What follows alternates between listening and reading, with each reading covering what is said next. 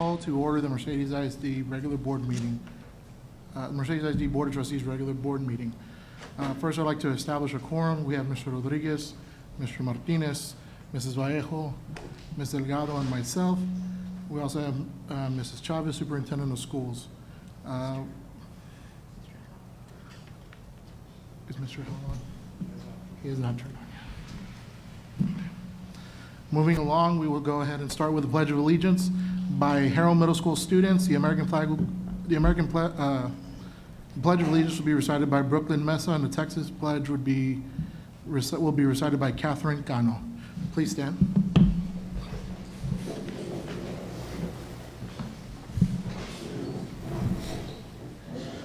Invocation will follow by Mrs. Vallejo.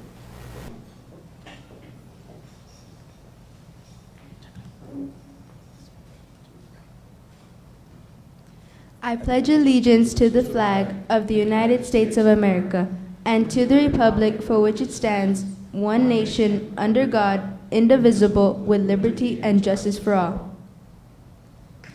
Honor the Texas flag. I pledge allegiance to the Texas, one state, under God, one indivisible. Thank you.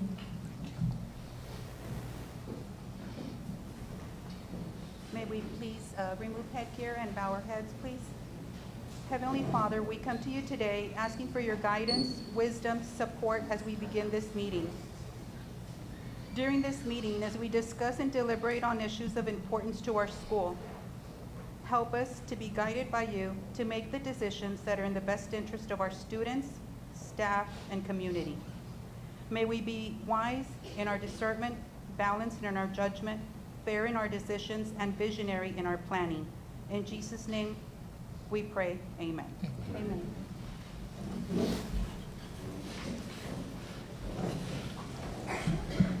Thank you, everyone. We're moving along to open forum and public comment. Mrs. Science? No one, thank you. Moving along to the superintendent's report, Mrs. Chavez. Good evening. At this time, I would like to ask our public relations officer, Ms. Martinez, to please come up.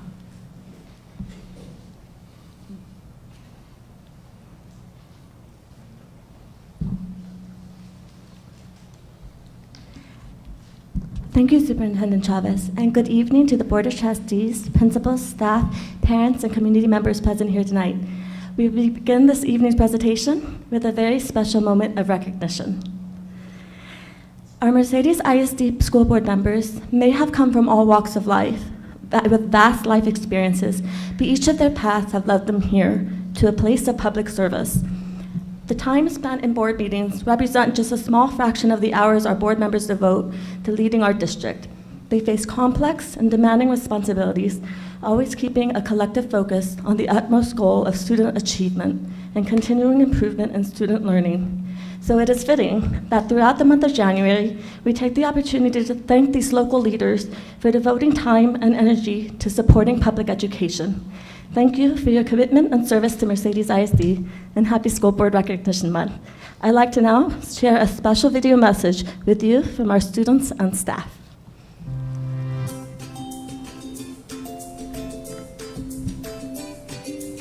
Dear school board members, Students at Mercedes ISD and staff, Want to say thank you. Thank you. thank you for the opportunities you provide for all students. Thank you for showing us that you can impact our community. Thank you for always investing in our future. Thank you so much for helping us inspire our students. You empower us to choose our own path of success. From all of us, thank you, school board members. Thank you. Thank you, school board members. Thank you for your dedication to the students, staff, and the community of Mercedes ISD. And for all you do, here's a round of applause.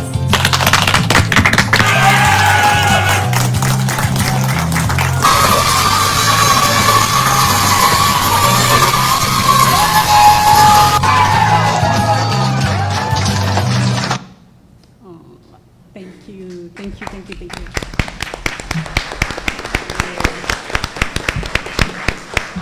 Once again, thank you, school board members, for all you do, and happy School Board Recognition Month. Thank you. Okay. We are going to move to executive board session, I believe. No. Student recognition. Student recognition, excuse me. Okay, so we're going to start with student recognitions. We're going to begin with the Mercedes High School Students of the Month. I would like to welcome Mercedes High School Principal, Mr. David Aguirre, to the floor to share a few moments about the outstanding December Students of the Month.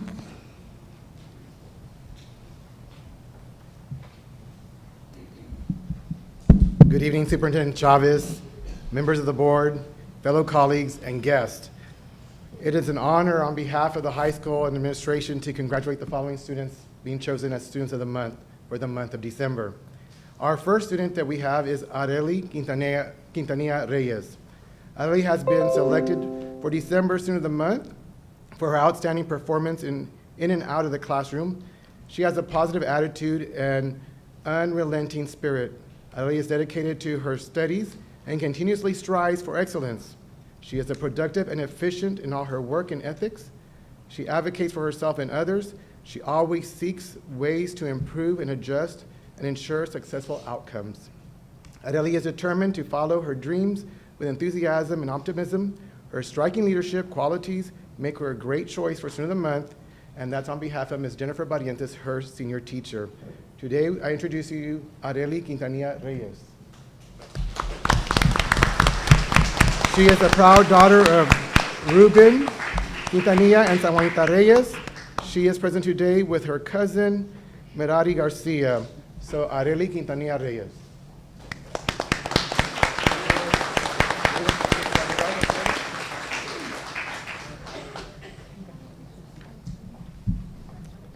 Our second student is Sean Garcia. Sean Garcia is a hardworking student who is rarely absent. He puts forth effort in everything he does, and I never have to worry about him staying on task because he's self-motivated and responsible.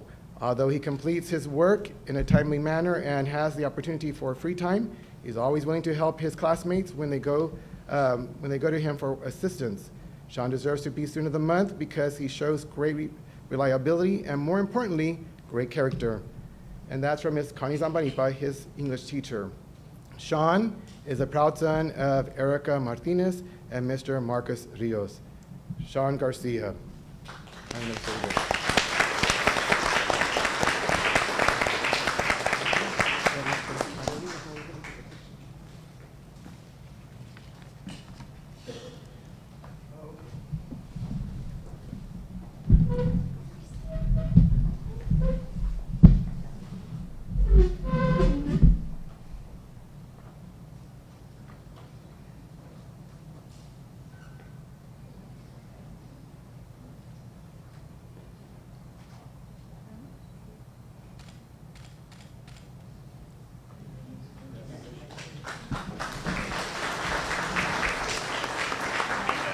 We also would like to share the video that we have of Arely's interview with KRGV. We'd like to play that for you now.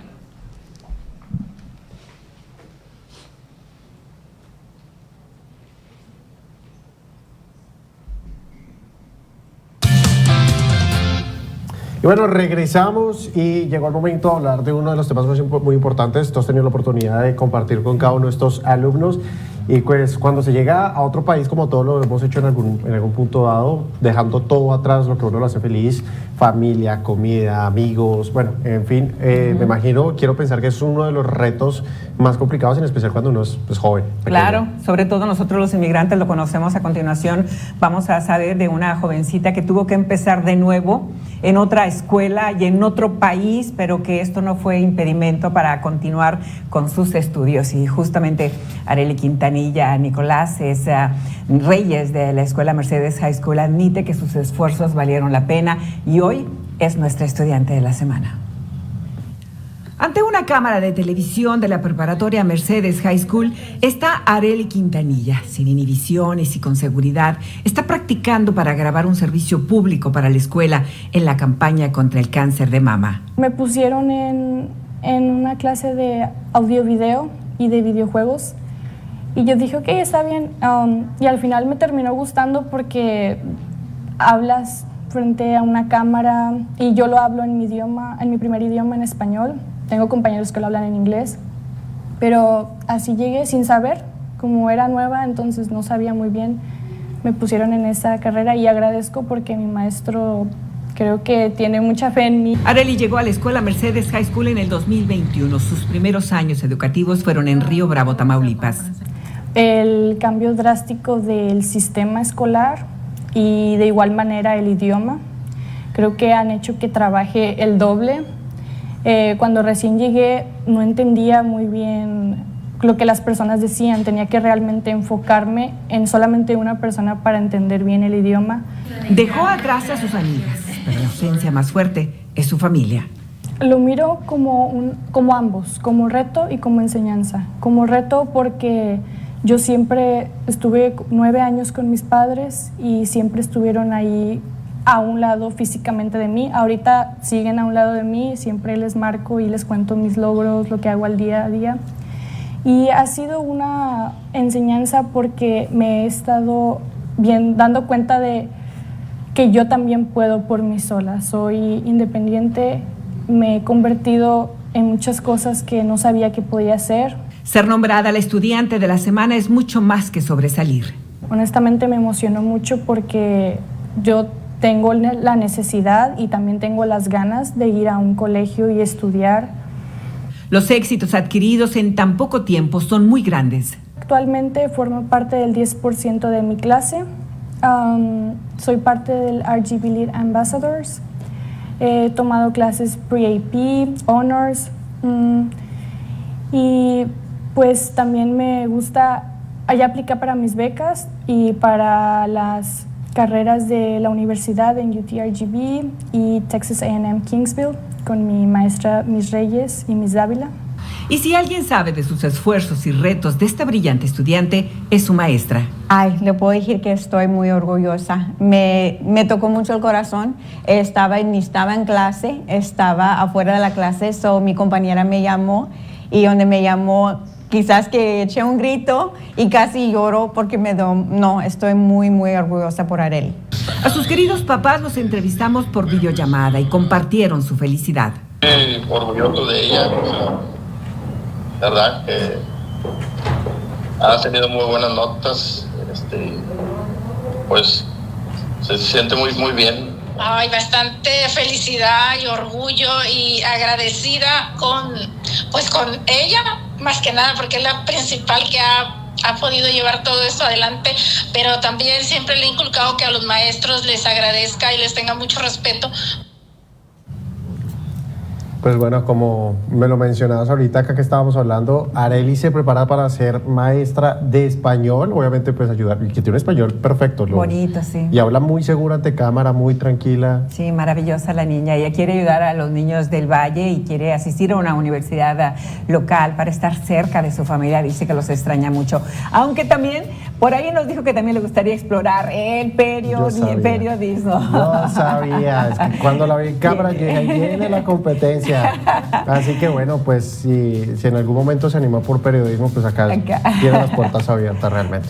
Al personal de la Escuela Mercedes High School les damos las gracias infinitas por las facilidades prestadas y la oportunidad de conocer a tan maravillosa estudiante, nuestra estudiante de la semana. Felicidades.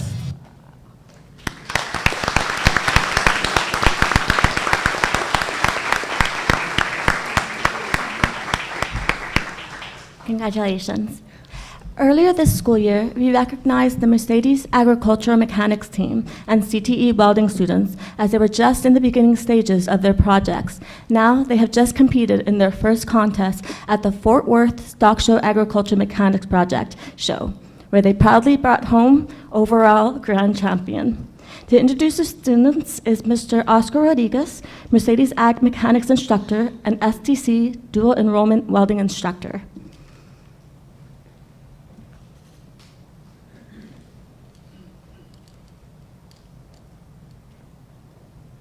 Good evening, Superintendent, board members, guests, and parents. I want to introduce these fine little gentlemen, Jesus Villalobos, Jesse Trevino, Barrett Rabel, and Jose Gonzalez. we went out to Fort Worth with the condition of competing in this ag mechanic show, and it's the first major stock show that starts. It starts from Fort Worth. We're leaving to San Angelo here next Thursday. Then in San Antonio, Houston, all the big shows. Every single year, since I've started here, we've always been right there. We've been right there. And, this year we took the whole thing. So, thank you for these kids. Had it not been for them, I just kind of sit there. I have my little chair and I sit there and I watch these kids work. And starting from nothing to what we have now, that's pretty impressive. And, when we first started, we'd go to the shows and nobody wanted to talk to us. We're in our own little corner, and now we show up and, people come to us. That right there is a big compliment for the program, for the school district. But thank you for y'all's support. It means a lot. Thank you.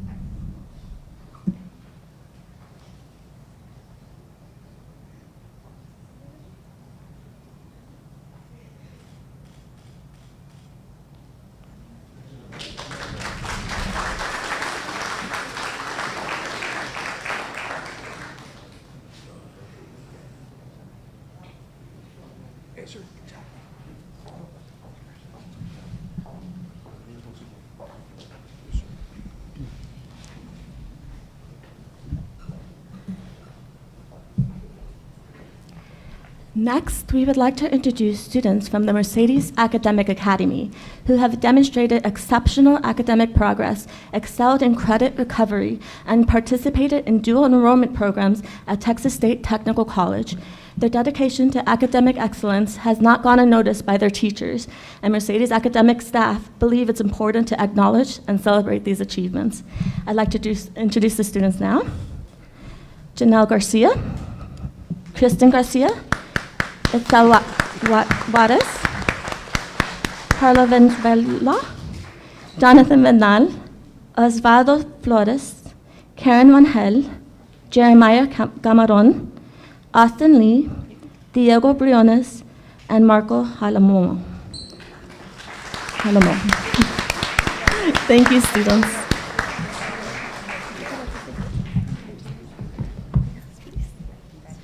And also Cristo Torres Ramos.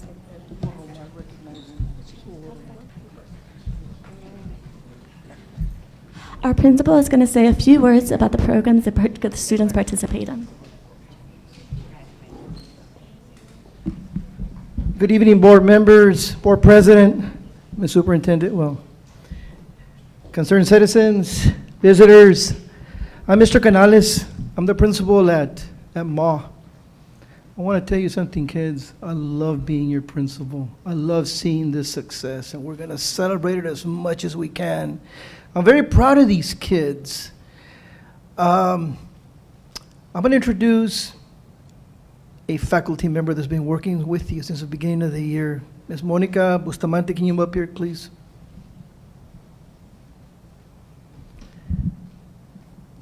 I'm going to have her speak on a little bit of this because she has been with you since the beginning of the year. And the more information the board receives, the better. Good evening. Thank you, school board, Ms. Chavez, and our community.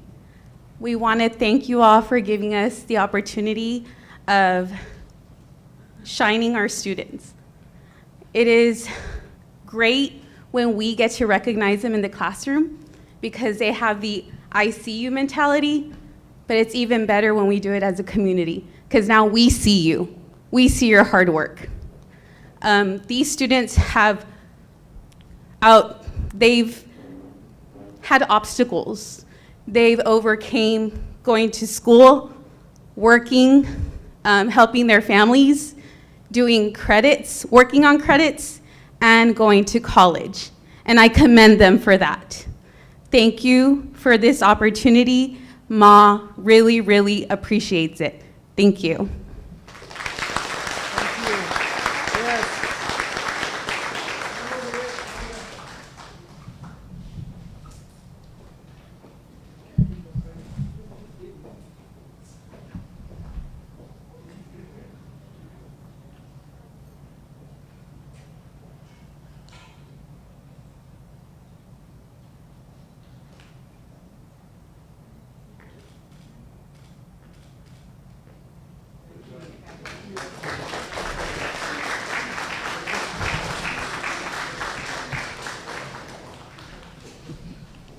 These are mine.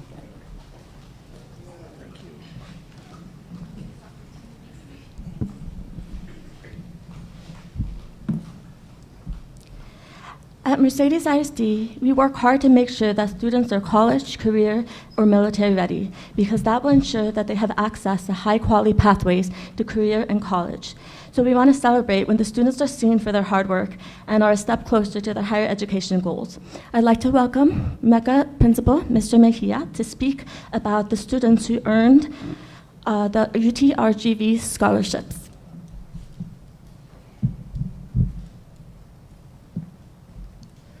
Good evening, Superintendent Chavez, Board of Trustees, and members of our school community. Like I said, I'm Ramon Mejia, and I have the privilege of serving these students as a principal at Mercedes Early College campus, so I just want to take a little bit of a minute to recognize some of the many outstanding students we have at the Early College. The first group are our UTRGV scholars. Of course, the Mercedes Early College Academy would like to recognize the following students for receiving UTRGV's Materia scholarships. These are merit-based scholarships, and they're part of the university scholars program and are awarded on a competitive basis. These scholarships are in the amount of $20,000 and are renewable for up to 4 years of undergraduate studies or until graduation. So we want to congratulate the following students at this time: Jesus Tamés, Rudy Rodriguez, Máximo Castro, Noah Diaz, and Ryan Trevino.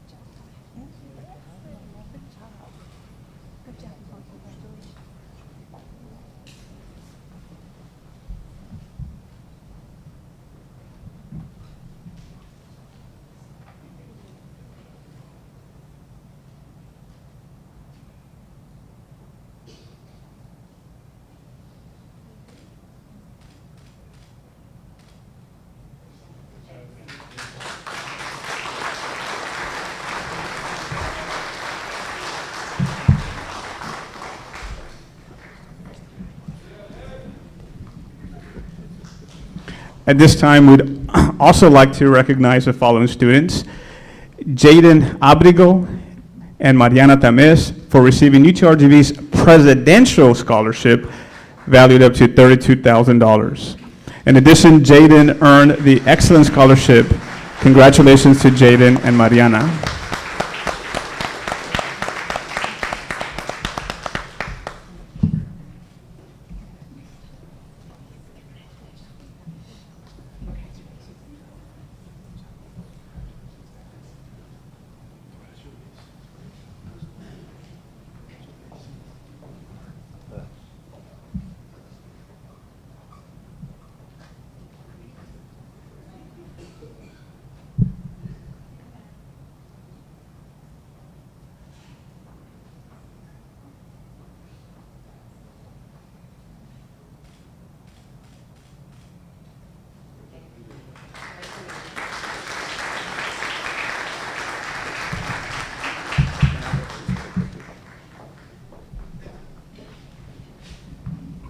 For over 65 years, the nation colleges and universities have applied entering students' ACT scores towards scholarships and engaged student success in post-secondary education. Mercedes Early College Campus continues to encourage and support all our students in such preparation for this important exam. At this time, Mercedes Early College Campus would like to recognize Alonso Cabrera for earning a 33 out of 36 on his ACT composite score. His score puts Alonso in the top 5% of students who took this exam this past administration. On behalf of Mercedes Early College Campus Academy, we'd like to recognize Alonso for the outstanding score recognition.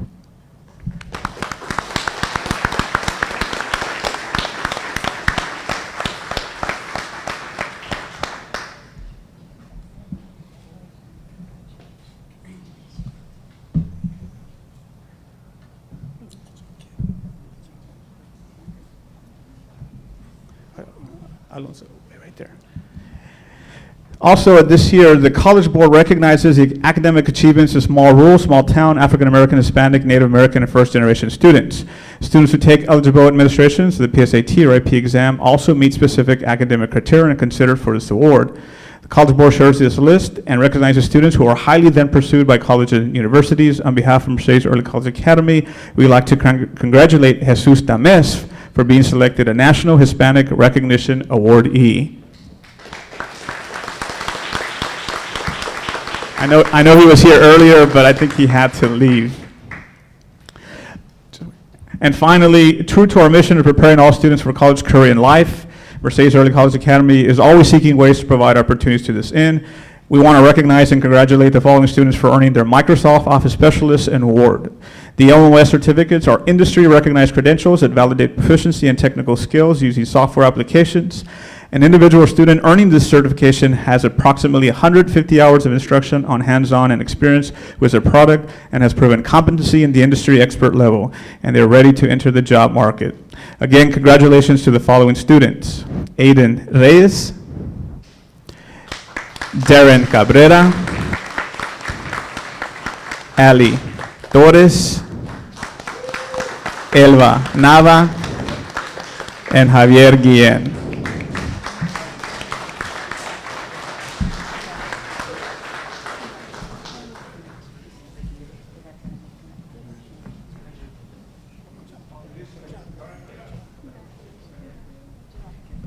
I'd also like to note that these certifications are usually reserved for college students and industry professionals. So we're very proud of y'all for completing this in high school.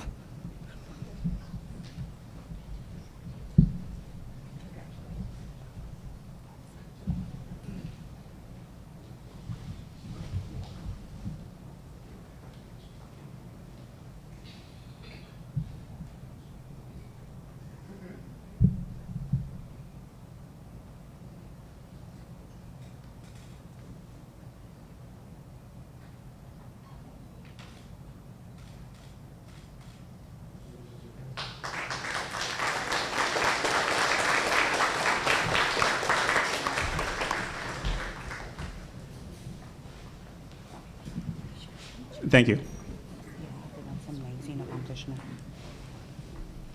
Congratulations to all students. This concludes our student presentations.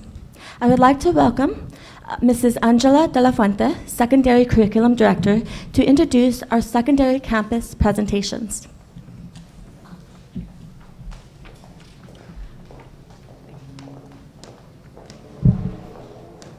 Good evening, Mr. Garcia, Board President, Ms. Chavez, Superintendent, Board of Trustees, staff, and community. Let me first express our appreciation for your dedication to the district's success and commitment to continuous improvement. This evening, our secondary administration will provide an overview of their respective campus data and initiatives on progress monitoring. Reviewing and sharing the data not only plays a crucial role in asserting our efforts, it also assists educators in enhancing the educational experience for all students. Please note that all data you see tonight is already being replaced as we have started our aggressive monitoring for the second semester and hope to get you data more regularly as the numbers change. So first up, we will have Mr. David Aguirre, Mercedes High School Principal.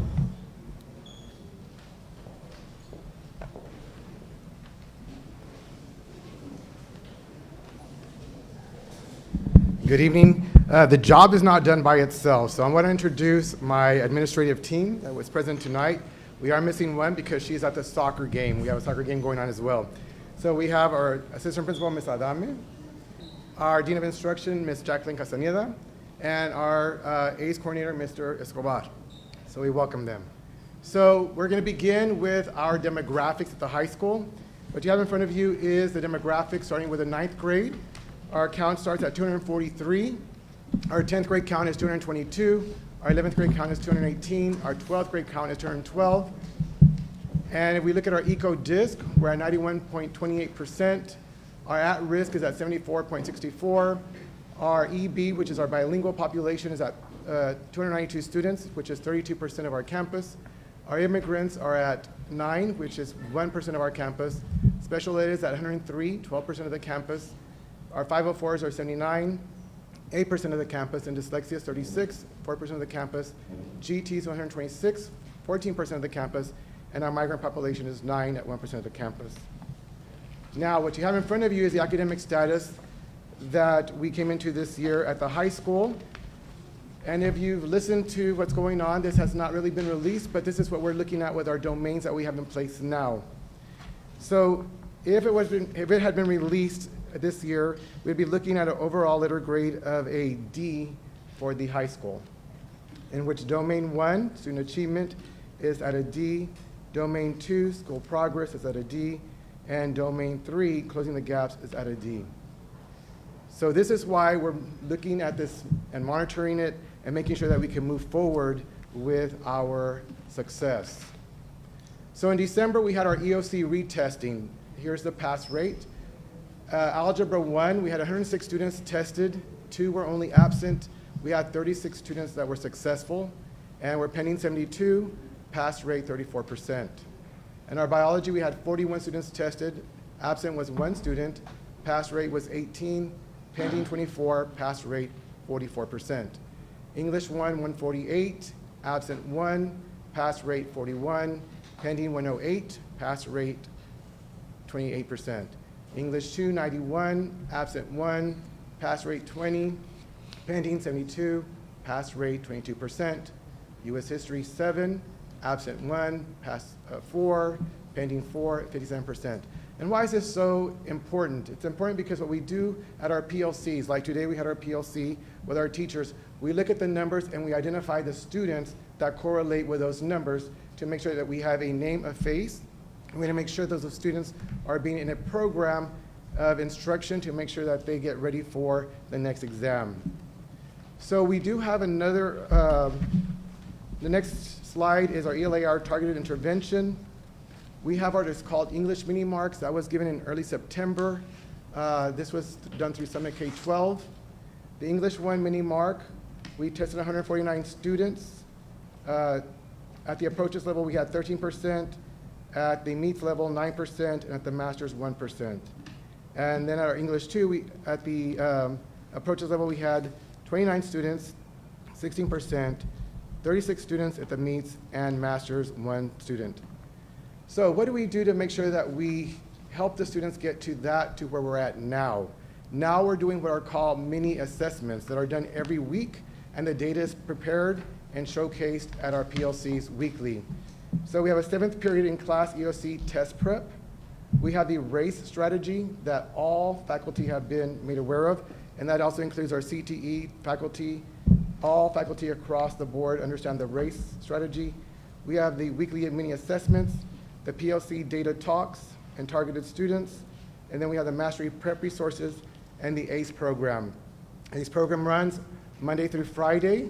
It runs now from 6:45 to 7:45. And it also runs in the afternoon with interventions in place. Our mathematics targeted intervention with our Algebra 1 mini mark. At our approaches, we had 74 students. At meets, we had 25 students. And at masters, we had 1 student. Again, we have a 7th period that's called advisory, EOC weekly mini assessments, our PLC data talks, our mastery prep resource, and the ACE program. The next slide, we have science. This is a science score from last year's EOC assessment. It was at approaches 82%, meets 31%, and masters 3%. We continue working with our science staff. During our advisory period, we have our EOC weekly mini assessments, POC data talks, and targeted students, where we target students, mastery prep resources in the ACE program. The social studies, next slide. This is a U.S. history from last year, STAR performance data. Approaches, we were at 92%. Meets, we were at 46%, and masters at 16%. Again, the same interventions in place. The next slide, moving forward, what are we going to do to change the mindset of our campus to make sure that we're focused on student growth? We have the district initiative, which is the Effective Schools Framework. It's the ESF. The ESF's focus is to make sure that we have practices and adult behaviors that lead to improved student outcomes. It's desired outcomes, which equals increased student achievements. And so what we have done is we've collected some artifacts. Those artifacts are submitted to Region 1. Some data is getting back to us and how we're going to improve on what we're doing in the instruction of our material. Then next we have district initiative. Can you please go back to the district, to the staff development? We have a district initiative, which is a Texas Instructional Leadership Program, the TIL. We're accessing student success through teacher talks.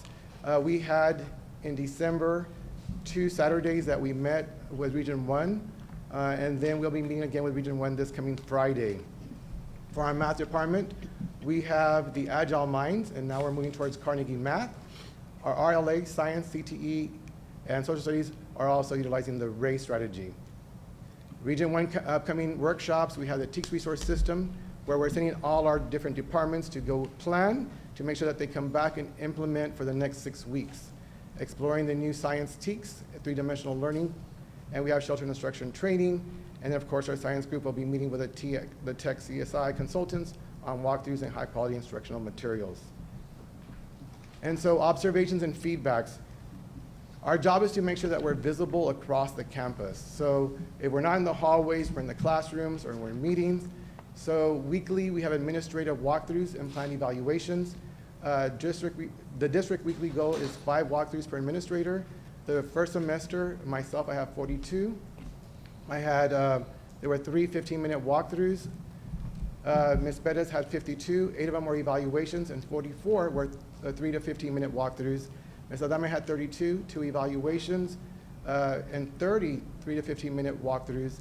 And Mr. Escobar had 6 coming in towards the end, and he had the 3-minute walkthroughs. We did hire him towards the end of the semester. And then Ms. Castaneda just came on board, and last week we had a trip to a different district. We came back, and right away we got together, and we're going to go in there, we're going to focus on our ELA, because ELA is where we need to work on. And so we went there, we did our 8 walkthroughs last week, and it was all ELA, making sure that they were with embedding the different things that we saw there and what we have here in place. Our next slide is parental involvement. Campus organization, along with our parental liaison, Ms. Arguelles, who is amazing. She's all over the place. We work closely with administration, counseling department, and both Gear Up and ACE coordinators to increase parent involvement. We plan on having weekly home visits. Oh, no, excuse me, they do weekly home visits. We have the report card pickup every 6 weeks. College fair for both parents and students. We have the dual enrollment presentations for both parents and students. Presentations on mental, physical health for both parents and students. Military options presentations also for both parents and students. Organization meetings, Saturday breakfast with STC, and dual enrollment with students and parents. Our focus is our attendance as well, making sure that we have our students there. Our goal is 94%. We try hard. I will share with you that at 9:45, it goes out on the announcements that, post now, make sure all the students are in the classroom, and we will have around 94, 95%. But our parents need to understand that they need to stay there all day long so we can continue with that 94, 95%. So if you see our first 6 weeks attendance, we were at 90.7 with our attendance enrollment of 937. In the second 6 weeks, we were 90.3 with our 913 enrollment. And the third 6 weeks, we were at 901 we were at 901 attendance with 89.2 enrollment. So now we focus on loss of credit, because if you're not there, you might not be getting the credit you might have passed, but we make sure that your report card will reflect a little star. We call it the asterisk. We talk about it every day on the announcements. So in 9th grade, we had 87 students that we're working with to make sure that they get their loss of credit up. In 10th grade, we have 56, 11th grade, 49, and 12th grade, 74. The interventions in place, daily monitoring of attendance meetings. We now have the Mercedes High School Executive High School team meeting. We have upcoming neighborhood walk and outreach, attendance recovery efforts, attendance hour by the hour, making sure that the students are in the classroom, and after school and Saturday camps for recovery, and that's through our ACE program. College readiness. Very proud of Mr. Martinez at our counseling department. He works with our TSI. TSI tested students, we have 79 in the 9th grade. In 10th grade, we have 177 up to date. 11th grade, we have 54. In 12th grade, 180. Our goal is 100%. Getting there to 100%, making sure that our students are getting ready in their testing and that we're running the interventions so that they come back and retest. We also have administered the ACT, SAT, 147 students. And FAFSA, if you look down there, we have 27 complete and 47 pending. College applications complete, 211 for the 12th grade, 11th grade 14, 10th grade 13, and 66 for 9th grade, and that's because of our P-TECH program that we have just started. We have 66 students that are in the freshman group that are now in dual enrollment at the high school. And in scholarships and applications, we have in the 12th grade, 16. Credit recovery, loss of credit, this is because of 69 or below, and we had that conversation today during our POCs. In 9th grade, we have 57, in 10th grade, 69, 11th grade, 47, and in 12th grade, 26. All Mercedes High School students will be given the opportunity to participate in morning, 6:45 to 7:45, before school and after school credit recovery for students Monday through Friday. Saturday camps will also provide an opportunity for credit recovery for all students and possibly a certificate. 7th grade class interventions, 7th period class interventions, that's our advisory class. And then we have also MHS Plus that we've added, is Ingenuity assigned classes for students needing credits for credit accrual or credit recovery. And we also have counselor meetings that are every Friday now that are called huddles, making sure that all students are making sure that there's no failures. Dual enrollment CCMR, number of students enrolled by grade level and institution. In 9th grade, we have 66 students enrolled in STC. In 10th grade, we have 11 students. In 11th grade, we have 12 students. And in 12th grade, we have 19 students. In our on-ramps program, we have 20 11th graders and and in 12th grade, we have 40 students on the on-ramps. And our McMurray, we have 6 in 11th grade. And the Texas College Bridge program, we have 18. So dual enrollment, SEC parents and students informative sessions. How do we get the buy-in? With breakfast SEC parent sessions, SEC student sessions during school hours. Dual enrollment sustainability, Apply Texas drives, registration drives, student blackboard orientation, spring semester MHS, counselor student conference, and Starfish report. In our CCMR, we have the P-TECH. Our application was submitted on January 11, 2024. We have CT course alignment sequencing. We have military recruiters on campus and classroom visits. ACT testing, fall seniors, spring juniors. PSAT testing, fall juniors, spring freshmen. ASVAB testing, fall, spring administration. And we have many options to encourage our students for college career through surveys at all grade levels. The next slide actually showcases our numbers in our CTE program. So you can tell there by the programs that we have in place and the numbers that are in that program. So up to date on our certifications, our industry-based certifications received, we have one that received the Elanco Fundamentals of Animal Science certification. We have 18 that received the Equine Management and Evaluation certification.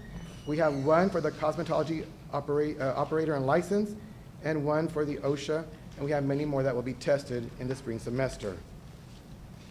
Special education, bilingual ESL interventions. Our population of bilingual students is 285, and in our SPED we have 90. So we'll have some new testers. We'll have 129 new testers, and SPED will have 33, and retesters will have 80 and 32. Through the special ed department, we have accommodations based off of the IEP, inclusion teachers in classroom support, resource instruction, and VISL, which modifies work. In ESL, we have 7th period intervention, EL population summit K-12. We have bilingual strategist who comes and observes and does feedback with the teachers, and we have the shelter and instruction protocol in place. Our ACE program.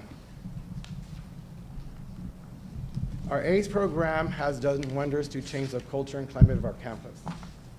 If you go to our campus during the luncheon, you'll see we have a college atmosphere where kids are actually playing games, they're checking out games, they're actually communicating, collaborating with one another, and it's a whole different kind of vibe. So I want to thank Mr. Escobar for that. And he's out there during our lunch periods.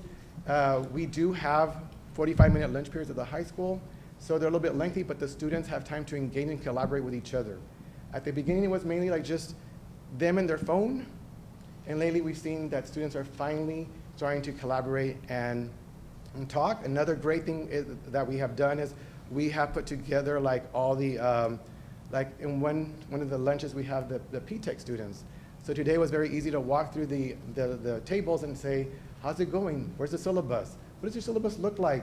When do you have your next date for testing? When do you have your next? And they'll say, oh, we have this. How's it going? Who's your teacher? So it really lends itself to many things. But one of the main things that I can really talk about is the climate and culture of the campus, where you see the kids collaborating and communicating with one another instead of just being on that phone.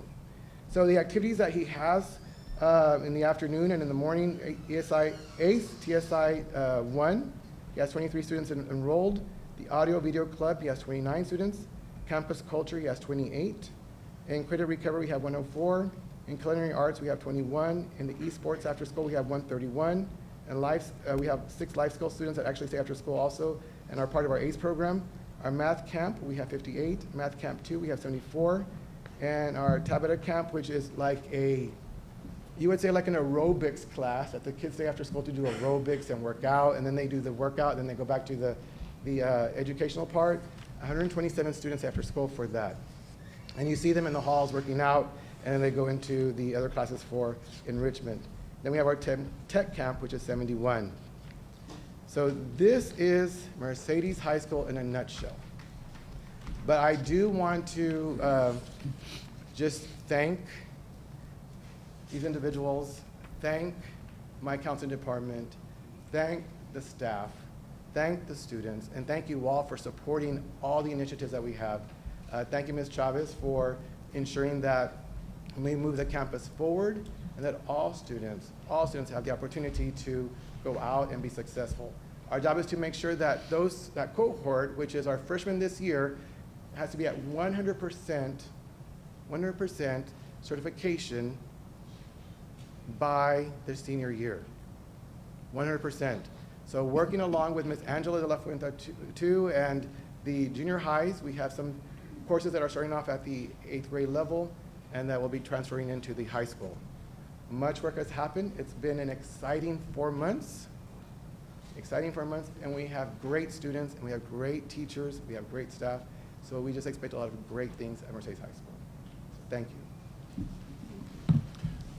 I just want to comment, Mr. Guidi, to you and your staff, that as you've shown us, there are several challenges at Mercedes High School, but we're confronting them head on, and it looks like you have several initiatives that are showing a lot of positive growth, and I look forward to the end of the year results, and I know we'll do fine. We'll get there. Yes. Thank you, Mr. Uribe. Thank you. Thank you. Thank you all very, very much. Next up, Mr. Ramon Mejia from Mercedes Early College.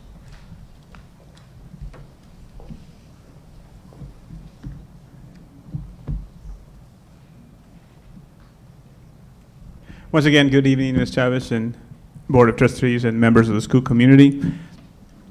I want to first also reiterate what Mr. Aguirre said. What we do at the early college, of course, is a team effort, and I want to thank everybody there on behalf of the staff for all the hard work that's done so that we can provide the best possible education for our students. So what you see before is a progress measure for the first semester, and we'll jump straight into it. So as you see here, similar to with the high school, these are the demographics for the early college.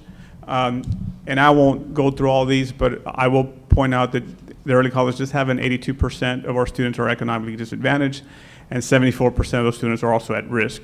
And that's to fall in line with the blueprint for the early college. We do have 16% of our students are EB, emergent bilinguals, 3% are special education, 3% are in some kind of RTI intervention. We have about 7% that have a 504 indicator, and 4% dyslexia, and of course, about 29% were identified gifted and talented at one point. In 2022, the early college had an academic rating of a B. They were just short of it. And of course, thanks to the hard work of that staff last year, the work they put into, we are projecting that when the accountability rating does come out, the early college will be a strong A campus. So I just want to congratulate all the staff there for all the hard work that they've done and continue to do. But of course, as you remember, our motto at the early college was onward, upward, and beyond. And so we got to keep looking at the upward component. And so what you're seeing here is the campus data straight from TAPER. And so if you notice, we have the gains that were made from 22 to 23, and that's very indicative of why the campus was able to will receive an A rating. And you see the growth, and primarily at the meets level performance, and that's what we want to continue seeing. However, for more distinctions and to make sure that we are also maximizing all the potential for our students, we really want to focus on the master's level performance. And so we've begun initiatives so that the conversation at the early college with our students is clearly master's level performance. That's really where we want to move our students towards. And that's how that campus will receive more accolades and get the distinctions that I know it can do, and it's deserving, and what we owe to our students. For our EIR targeted interventions, we just had a handful of students who were pending either English 1 or English 2 star. So in this December retesters, I'm happy to announce that because of the interventions, the tutorials through ACE, all the students are complete in the English 1 and English 2 EOC. When our benchmarks, when our benchmark data comes back, then we will look for the tutorials or camp supports that are going to align for those students who are identified. And similar in math, we did have 5 retesters, and we still have work to do there because we still have 3 students who still need to meet the requirements for English 1, Algebra 1. And those, of course, will have required tutorials just as they did. And then, of course, when we do the benchmarks and that data comes back again, we will align. And similar in science and social studies, we only had 1 retester for U.S. history, and he's done. And for biology, we had 2 retesters, and we still have work with 1 student. But very similarly, our tutorials are going to be, our targeted population will be aligned with what those results or in the data shows after the benchmark. Something we've done, as you said, we're looking for a master's level performance. And something we did this year was we created a special topics class in social studies so that those students who go to STC and I know can pull the master's performance, that we give them all the additional support that they can get. Okay. Thank you. Staff development, without spending a lot of time, it just kind of broke it down by the major initiatives, mainly district initiatives in the area of mines. We started with the district level agile mines, moved into Carnegie, and then early in the year we had some seatless teachers where all our math teachers went to these trainings. For English language arts, social studies, and science, very similar. They had the race strategy, the TRS TEACS deconstruction, and of course the writing across curriculum. And these were all done primarily at the beginning of the year with the district in service. Something specific to the early college, because the CCMR college career readiness is important, we implemented the SURE score, and we had that training that was done through our PLCs, the Ed Ready training, another component for TSI, And then here in January, myself and the administrative team went through the new 8 through F accountability framework, making sure we're really hyper-focused on what we need to make sure we continue and bring the early college to the accolades and distinctions that I know it can receive. Observations and feedbacks, although I was so happy for Mr. Martinez, when he left us, he did leave a hole, and so we quickly had to adjust. But right now, as far as the principal observations for T-test, it's myself and Ms. Hernandez, and our walkthroughs are here, and our formal appraisals. What we focus on primarily is about three per week, because we don't have a large staff, so we'd be seeing them each and every day, and we want to make sure that they're aware that they have our support, but we want to make sure that when we do walk in, they're very focused on these walkthroughs. We mainly focus on domains 2 and domains 3, on the classroom environment, of course, the instructional component. I really want to thank Ms. Arate, our parental involvement department. She helps so much, and the district itself too, with the truancy home visits, parent contacts. They assist in the Tiger's Den. They advocate for some of our students in need. Just some basic assistance, always reaching out to our parents for parent meetings. She covers Skyward Access, technology, college career readiness. And here you see an image of her leading parents in one of these parental meetings.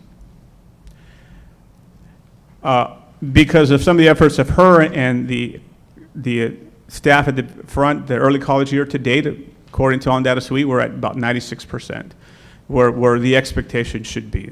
Our students need to be there. And here you see the percentages by the first, second, and third 6 weeks. And we do our periodic attendance initiatives. We want to make sure that we know that our kids need to be there. We miss them when they're not there. And like on that cold weather day, we offered hot chocolate and pan dulce, just anything we can do to make sure that they're there. Okay. Our area, of course, where we need to concentrate are our seniors. Seniors, they need to come. They think they're about done, but that's where it is. Of course, our early college is all about college readiness, so here are just a few statements. 100% of our seniors have applied to college universities. As you saw, some of them have already received the scholarships that were 20,000. You saw the two that were about 32,000. 95% of our seniors have completed the FSA ID. 100% of our juniors are already taking the ACT, seniors, excuse me, and then 90% of our juniors have now taken the ACT. Of course, for us, the TSI, that's the gatekeeper into college courses, and so we are very much focused on making sure we have as many TSI completers. And so here you can see what the breakdown is. And we're now incorporating the Ed Ready so that it can support. We built that into the master schedules. The students are getting a lot of support so they're TSI ready.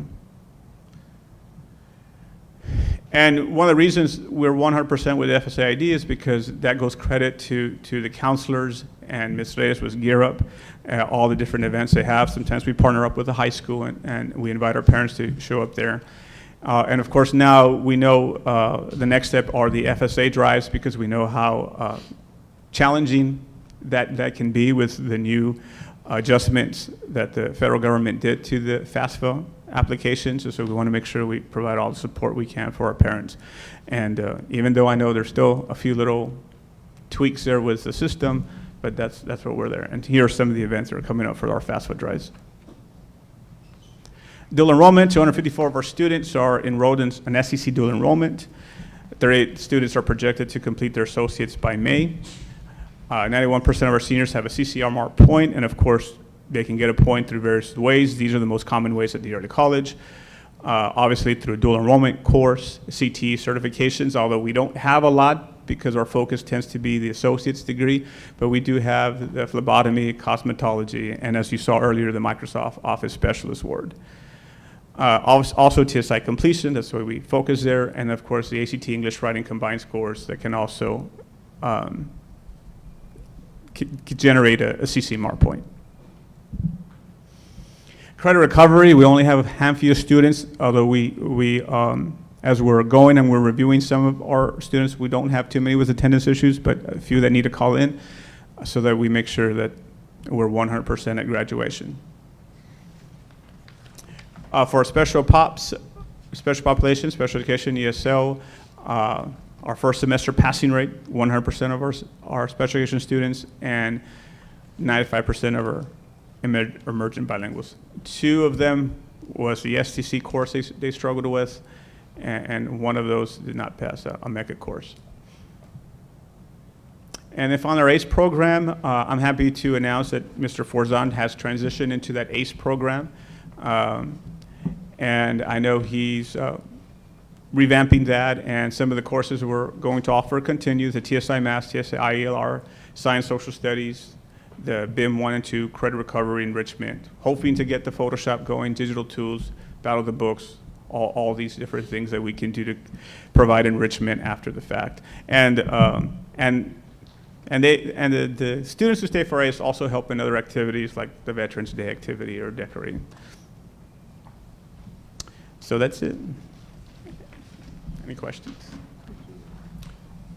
Mr. Mejia, I do want to comment that congratulations to the Social Studies Department. Last year, they hit the 90, 60, 30 mark there, and I can see where the focus is on the master's level because you're able to hit the 90, 60 in all other areas. It's just that master's level. So I know that we're gonna push the students, and the teachers are going to work hard to get them there. Thanks, sir. Thank you. Thank you. Thank you. Thank you.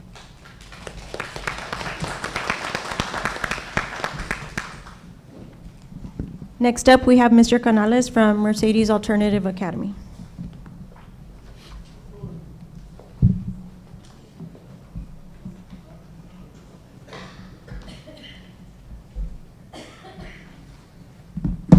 Salutations and good board members.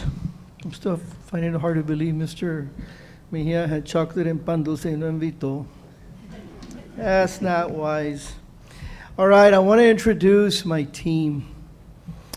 When I became a principal, let me tell you something. I was looking forward to it.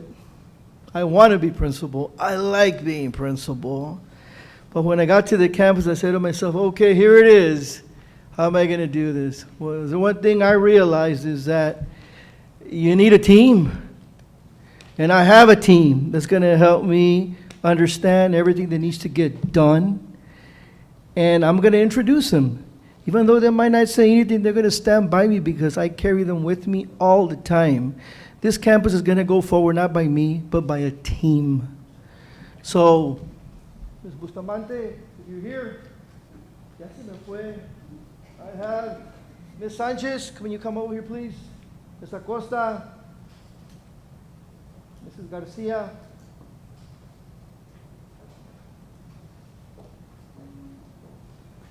These group of ladies have been very instrumental in helping me understand the data and the activity that goes on that campus. And I want you to know, board, that together we are going to move forward. In fact, our motto of that campus is forward every day. Forward every day. Teachers know it, the kids know it. We're making strides. I see everyday kids earning half a credit, full credit. This is every day. And I am proud of those kids. We're in the classrooms because we care. We're in the halls because we care. Our offices are always open because we have kids there every day. Concerns are there, but we are going to meet them and we're going to address them. I want you to know that. All right, let's start our presentation. I'm Mr. Canales and Ms. Yolanda Garcia is going to be assisting me. Ladies, chime in if you have a question, okay? And this is our demographics right there. Simple information what other principals have been going through. Freshmen, we have 31 kids. You can see that. But I want you to pay attention to the equal, dis, and at risk, 147, 148. We're 100% at risk. That is tough, but we are going to manage and help these kids on a daily basis. Look at our special ed. We have 14, migrants 4. Special attention to the last one. Student parents. We have 21. Every day we talk to these kids. We know these kids. My counselors are talking to these kids, the social worker, the LPCs. These are kids who have adult problems. I see them cry in my office. They want jobs. They want to get as many hours as they can to support their families. And you know what? It is heartbreaking, but we work with these kids. Some are in the AM, some are in the PM, some switch to whatever their work schedule has. But regardless of the need, we are there to help these kids. Listed not there, but between the lines is mental health. We assist these kids because the problems these kids face are real. We need a real approach. We need someone they can listen to.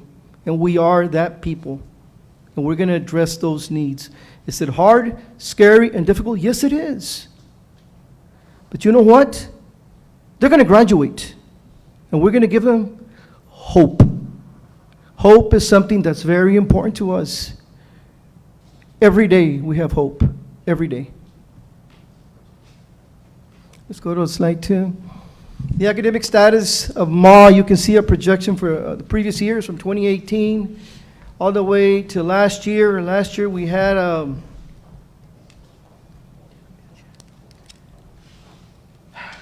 B, and certainly we want to address all the domains that are needed there. They're listed on the left-hand side, Domain 1, CCMR, student data, the graduation rate, closing the gap, growth on tests. We will be looking at that data. We want our kids to succeed. I want to carry the campus forward. That's it. It's going to take a lot, but we're going to do it. Our team is going to go forward every day.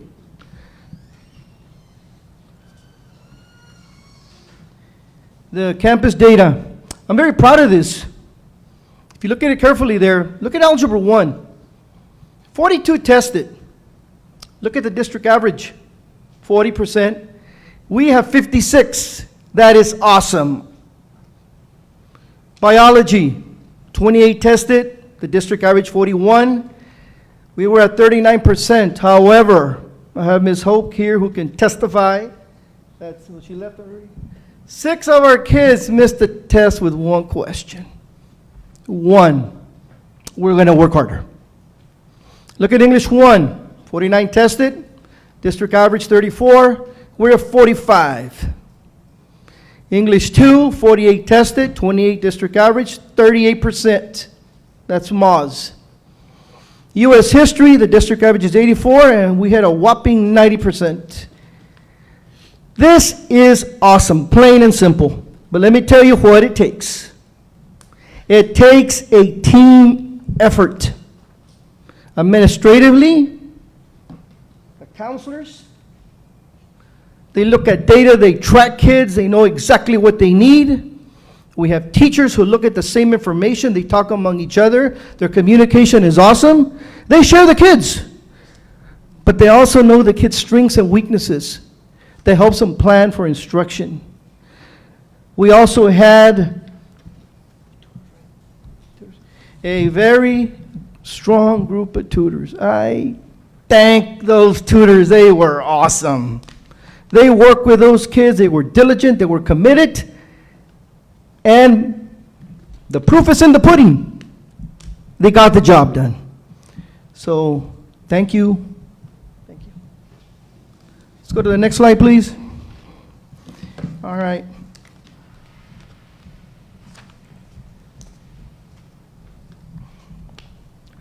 A lot of the same data, you have heard it before, 1 through 4.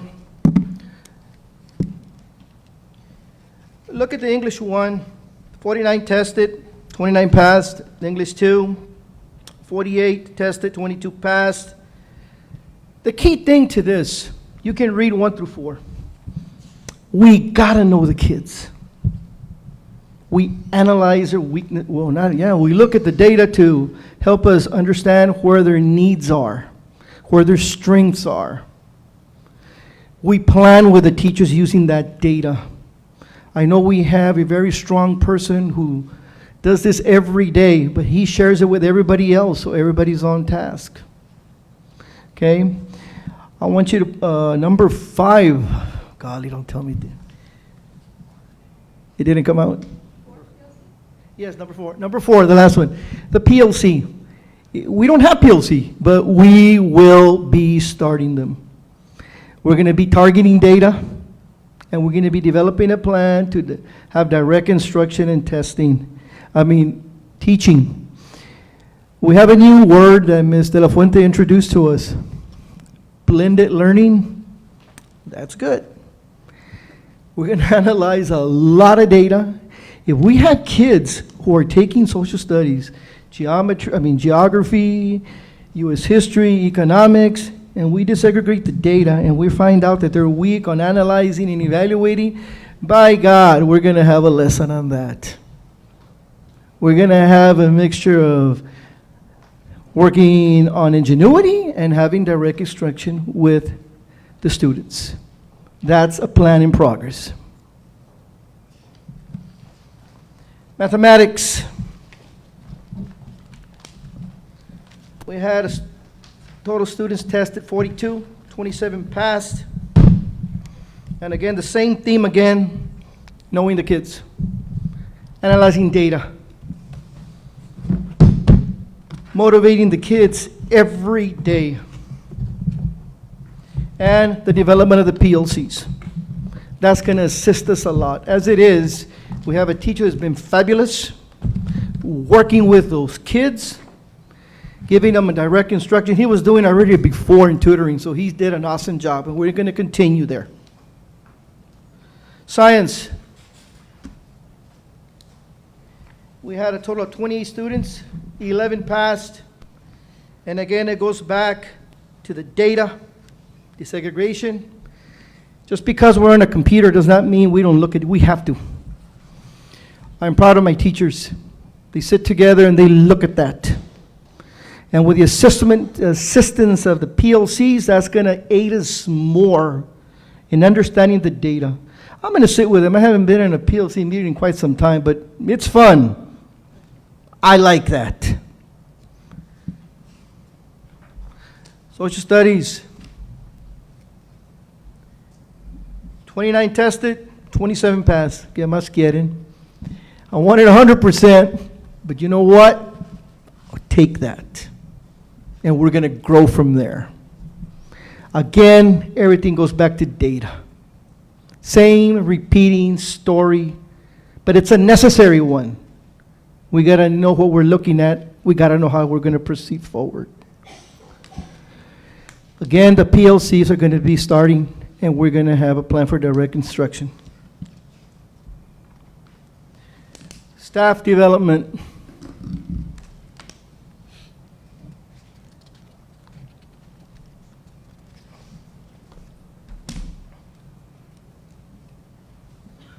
Our incentives are, we still have to understand ingenuity. We want a curriculum mapping. We're going to work on that. We're looking at CCMR requirements, students, PGPs, personal graph trackers. That is very important. I'm going to have Ms. Sanchez have a 30-second presentation on our personal trackers. Want to say something on it? One of the things that we took upon ourselves to do with our students was, for their own sake and our sake, and the administration and teachers, we created our own tracking sheet. And what that has is first of all, their demographics, where they're at, what cohort they were supposed to be a part of. Then we broke it down into what credits they needed, where they were with their EOCs, and then we also included anything for CCMR, CTE pathways, and their post-secondary career goals, and whatever they intended to do afterwards. We meet with them one-to-one, and we do that with everything from our seniors down to our freshmen. And we track them. We share it with the teachers who also help us with the tracking. We share it with the student as a view document on Google so they themselves are aware. And because it's a Google document, we also share it with the parents so that they're aware of where their students are at. And the teachers go in there. If a student finishes a credit, they remove it. That's something the student no longer needs to work on. But if there's something else that needs to be added, it's an editable document. It's on Google. And so we keep them on track and focused, and they themselves know where they're at.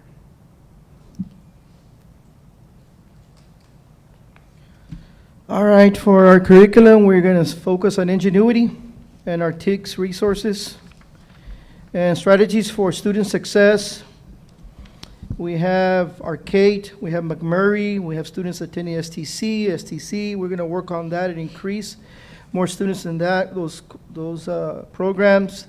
We have flexible scheduling options. We have AM kids, PM kids, and we have some kids who are full-timers. Those are the ones that come because they want to finish a little quicker, and they can see the light at the end of the tunnel. And believe me, they're motivated. Change me, help me, sir, and I will do it. I'm happy for them. I want to see them succeed and go forward. That's the bottom line. Okay, let's go on to evaluation and feedback. All right. On this one, we have 2 brand new administrators to our campus. I try to make 10 visits per week. I look at the afternoon classes, the morning classes. I look at what the objectives are, how the kids are being motivated. I look at ingenuity, where they're at. And I just need to document on the program that we have. But I have data to show that we are looking at teachers, evaluating them, making those walkthroughs. Do we care? Yes, we do. Ms. Garcia is also assisting us in there. She has made her evaluation, her walkthroughs. I see her there too. I personally don't like to be sitting at a desk. I like to be out in the hall. I only have one hall where kids are, but I like to be visiting kids every day. But I have a lot of parents. I still have a lot of parents, and I love that. Okay, let's go parental involvement. You want to present that, Miss? You want to present that? All right. These are the dates that occurred. I was not here, but nonetheless, they occurred under another administration. We did, on October 10th, we meet with the seniors cap and gowns and requirements with Herb Jones.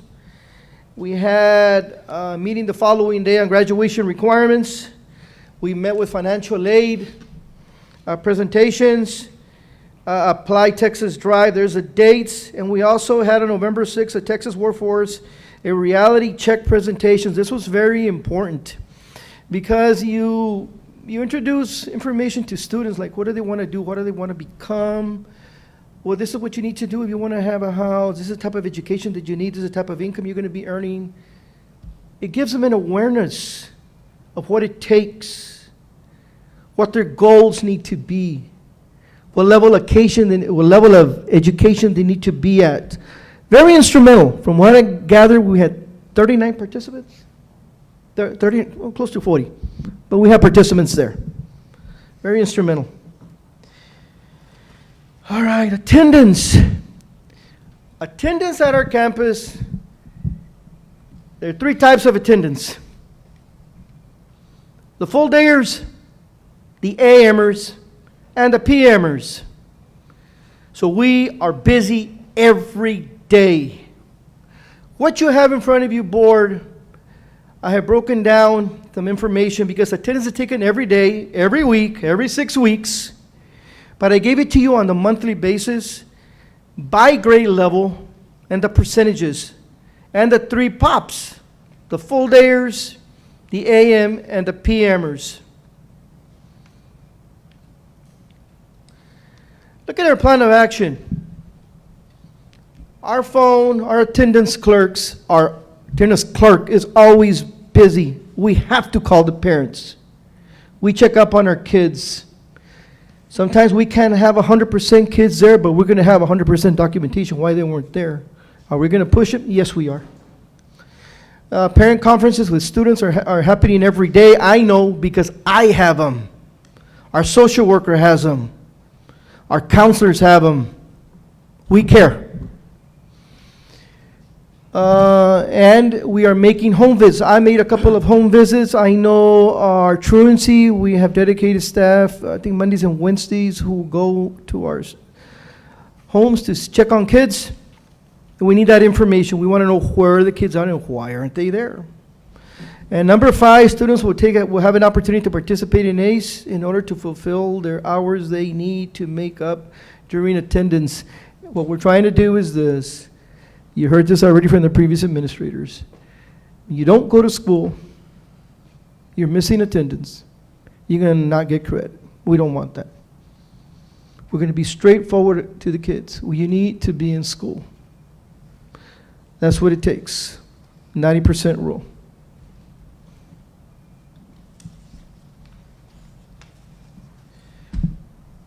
College readiness. Want to present this? Want to see something? Then I need water. Okay, a lot of these college incentives happen the first semester. Texas TSI. We certainly need to work more on that. Okay, we're going to be working with GERP on that. We want more participation, and we're going to get it. And Apply Texas college application, we have 47 students, and the 2 dates that are there where we had it. Financial aid, 5 students, but then again, financial aid website just started up. When was it? December 31st?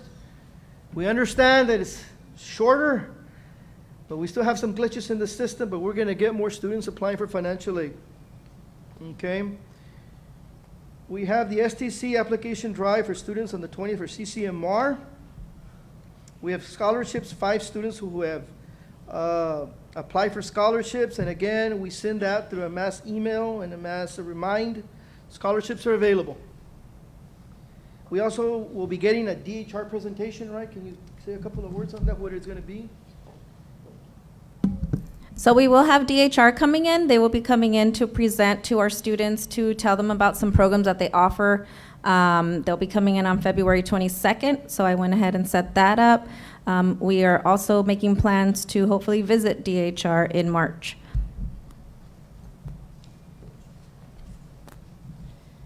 Okay, college visits, which have McMurray the first semester, STC, STC, Wild Tech, and I want you to pay attention to the special, the McAllen Career Institute. We have, how many students? 39? 35. That's a welding program. That attracts our kids a lot. We're going to certainly invite them back. Our kids like that, and we want them to be successful. We also had a Wild Tech from Wyoming. It's a technical school. That's been provided good information. And the Armed Forces, we have 3 students. One who was, already went into the Army, the Navy, and the Marines.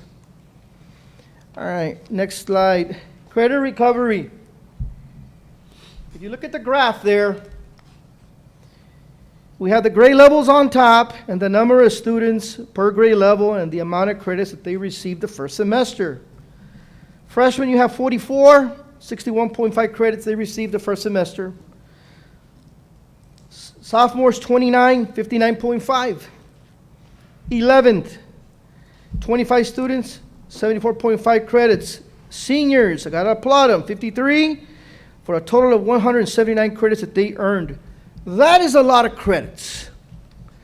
Every day, students are making stride and turning in credits to the counseling department. Inputting of credits is on a daily basis. It is not 1 month.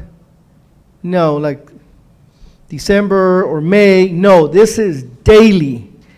This is the one true campus that I've learned one thing. You can run a transcript in the morning and see the progress that this kid makes. He's a junior. He has so many credits. The kid finishes at 1 o'clock or 2 o'clock, 2 credits. They have to update the transcript. He jumps to another grade level, and we have to update that on Skyward. That is good. It shows that our counseling department is active every day. Okay, dual enrollment.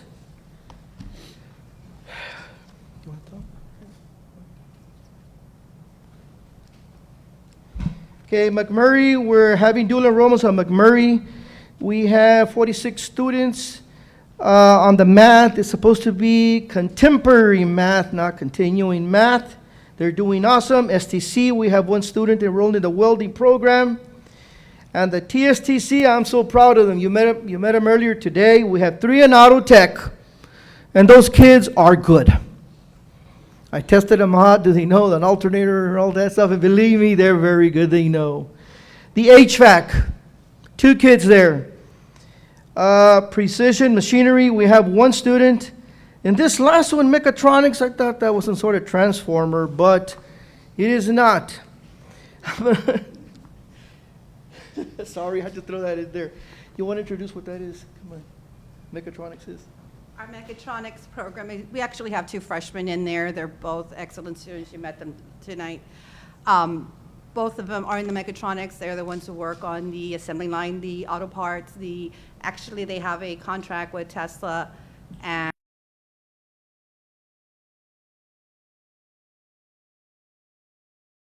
but if they start it and they finish it, they actually can continue on and get hired. They have a 100% hiring process so that these kids are guaranteed a job afterward. And because they are freshmen, they're pretty much, and they're great kids. They're A students, and they're freshmen taking these advanced courses in mechatronics. They're kind of engineering with a little bit of math, and they're doing wonderful. And they're projected to finish that 4-year program, hopefully, if they maintain it.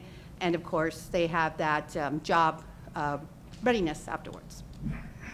And I was going to add, when they did the presentation, I think we all wanted to apply ourselves because the starting salary was like $83, $85. And they have 19-year-olds and 20-year-olds that are finishing these programs and doing amazing in terms of salary and job opportunity. We applaud our students there. Okay, the last one, the special pops, I want you to know that we know who they are, and we track them well.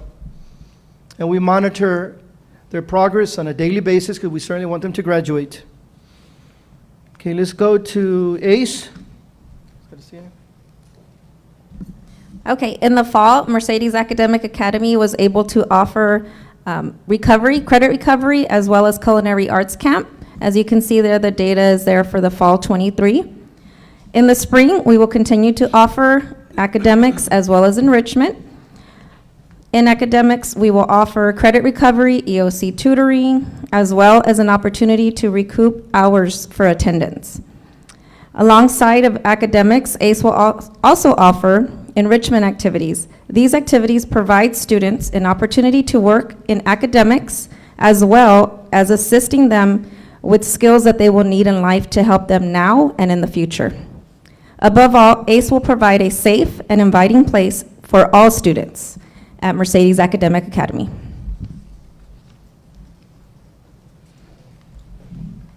Board, that concludes our presentation. If you have any questions, please let me know. I'll be happy to address any concerns you may have, or any questions, any clarification. Your teachers are doing a great job, counselors and the rest of your staff. And also given the fact that you've taken on the campus has taken on an additional cohort of freshmen this year that I know it can be challenging. Yes. But it seems like it's you know, the students are doing well, and some of those kids that we recognize today taking advantage of the opportunities that are out there at TSTC and other IHEs. Mm-hmm. Yes. Any other questions? I do want to end with this. I love that campus. I wake up every day with energy that I thought I had lost. I love what I do. And I am going to work very hard and diligent to get those kids successful. I still believe in Mercedes. I still believe in being a tiger. Pa adelante and forward every day. Take care. Thank you. Thank you.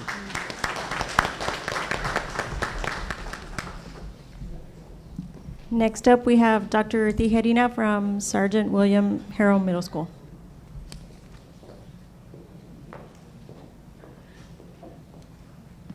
Good evening, distinguished board President Mr. Garcia, Superintendent of Schools Ms. Chavez. My name is Dr. Mauro Tijerina. I am the proud principal of Sergeant William G. Harrell Middle School.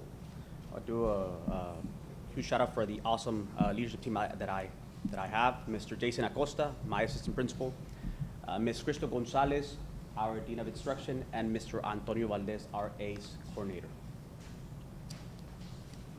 So really quick, an overview on our demographics.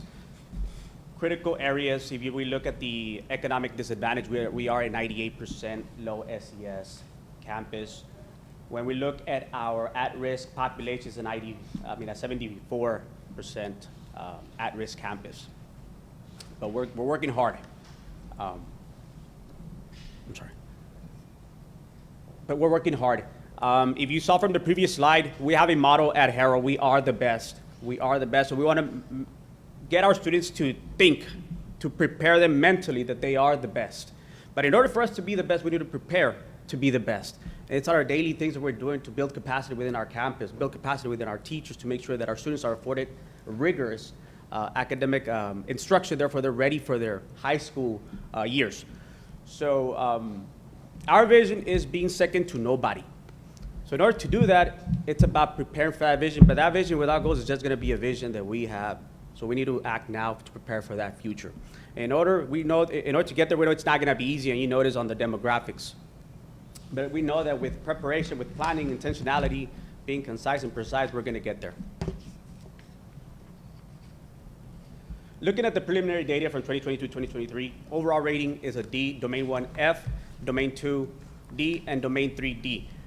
In speaking to my leadership team, we felt that in order for us to move the campus in the right direction, we need to build capacity within ourselves. We need to understand how the accountability system works, and in order to do so, we need to know what domain to focus on. Currently at Harold Middle School, we are focusing on Domain 2. Yes, we're targeting the various areas, the social studies, the science, the math, the algebra, the English 1 within Domain 1, but we know that being intentional and looking back at the data, being precise and having that rapport with our clerk, our PIMS clerk, understanding how the accountability system works. If you look at it, looking at the previous longitudinal data and looking at the at-risk, at the low SES, we were actually compared with other districts that were a little bit more affluent than Sergeant William G. Harold Middle School. Today, we're gonna be compared in Domain 2 with campuses that are at our own same SES. So it's important to understand accountability. So one of the tasks coming into Sergeant William G. Harold Middle School was we got to make sure that we understand how the accountability system works. Therefore, we're able to strategically plan and build capacity with the leadership team. Therefore, they can build capacity with their teachers. Today, you walked into our campus, our teachers speak accountability. You can stop a teacher at Harold Middle School and they understand accountability. They understand what is the domain that they're focusing on, and they understand what is it that they need to be doing. There's a little bit about the preliminary data. So we have a lot of work, as you can see, to do, but we know that as I speak, we're preparing to move this campus in the right direction. Previous data from 2023, and again, it's preliminary data. So we have RLA at a 51, 25, 9, 6th grade, 7th grade, 62, 33, 10, and 8th grade, 72, 24, 3, and that's approaches meets masters. And it's in this, currently what we're doing right now at our POCs is that we speak Domain 1 formula. Once we can hit Domain 1, we know that Domain 2 is a lot easier to attain. But right now, we're being very strategic in knowing what numbers to move, who to bring in for our tutoring sessions, how to intentionally plan, what students do you have that I don't have, and who is it that we can move forward. If we can understand accountability, we can understand who is it that we need to target to make sure that we get that better letter grade. That's a little overview. If we look at the algebra and the English, the expectation is 100% approaches. But now the challenge with them is we need to bring up those meets and masters, because that 8th grade algebra is going to help our 8th grade math.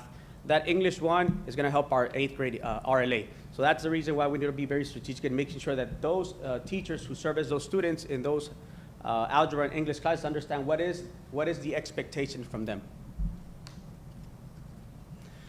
In ELAR, we have taken, with the help of our awesome director, Ms. Angela de la Fuente, she helped us land this amazing grant known as the Texas Instructional Leadership.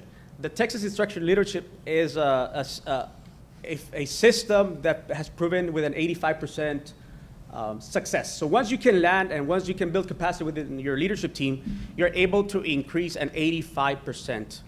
So what the Texas Instructional Leadership consists of, it's basically going into classes and checking the management and the rigor aspect.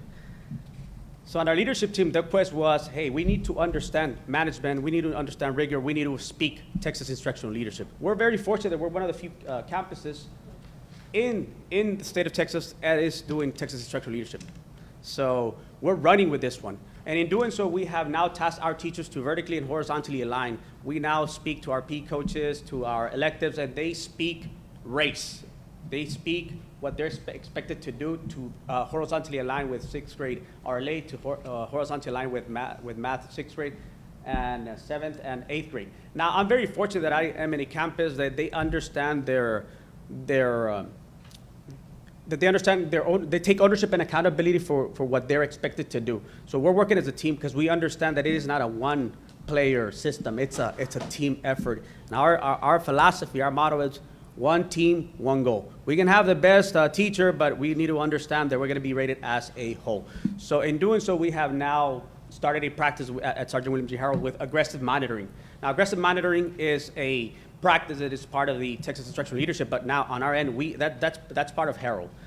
So aggressive monitoring, I know that the term aggressive sounds very hard, aggressive, but it's basically being very intentional, being very concise, because by doing so, we're able to identify the gaps either in the procedural errors within the students or conceptual errors within the students. And in doing so, we're able to now reteach either using the guided discourse, but depending on the data. This is a data approach. You have to, at our campus, we know that we have to speak, we have to breathe, we have to do data on a daily basis. Now, in doing so, we also found that we needed to align our exit tickets. What our students were being taught within the classroom was not being aligned with the exit tickets. So we went in there and we revamped that and made sure that we were aligning what we're expecting the students to be able to do by the end of the lesson.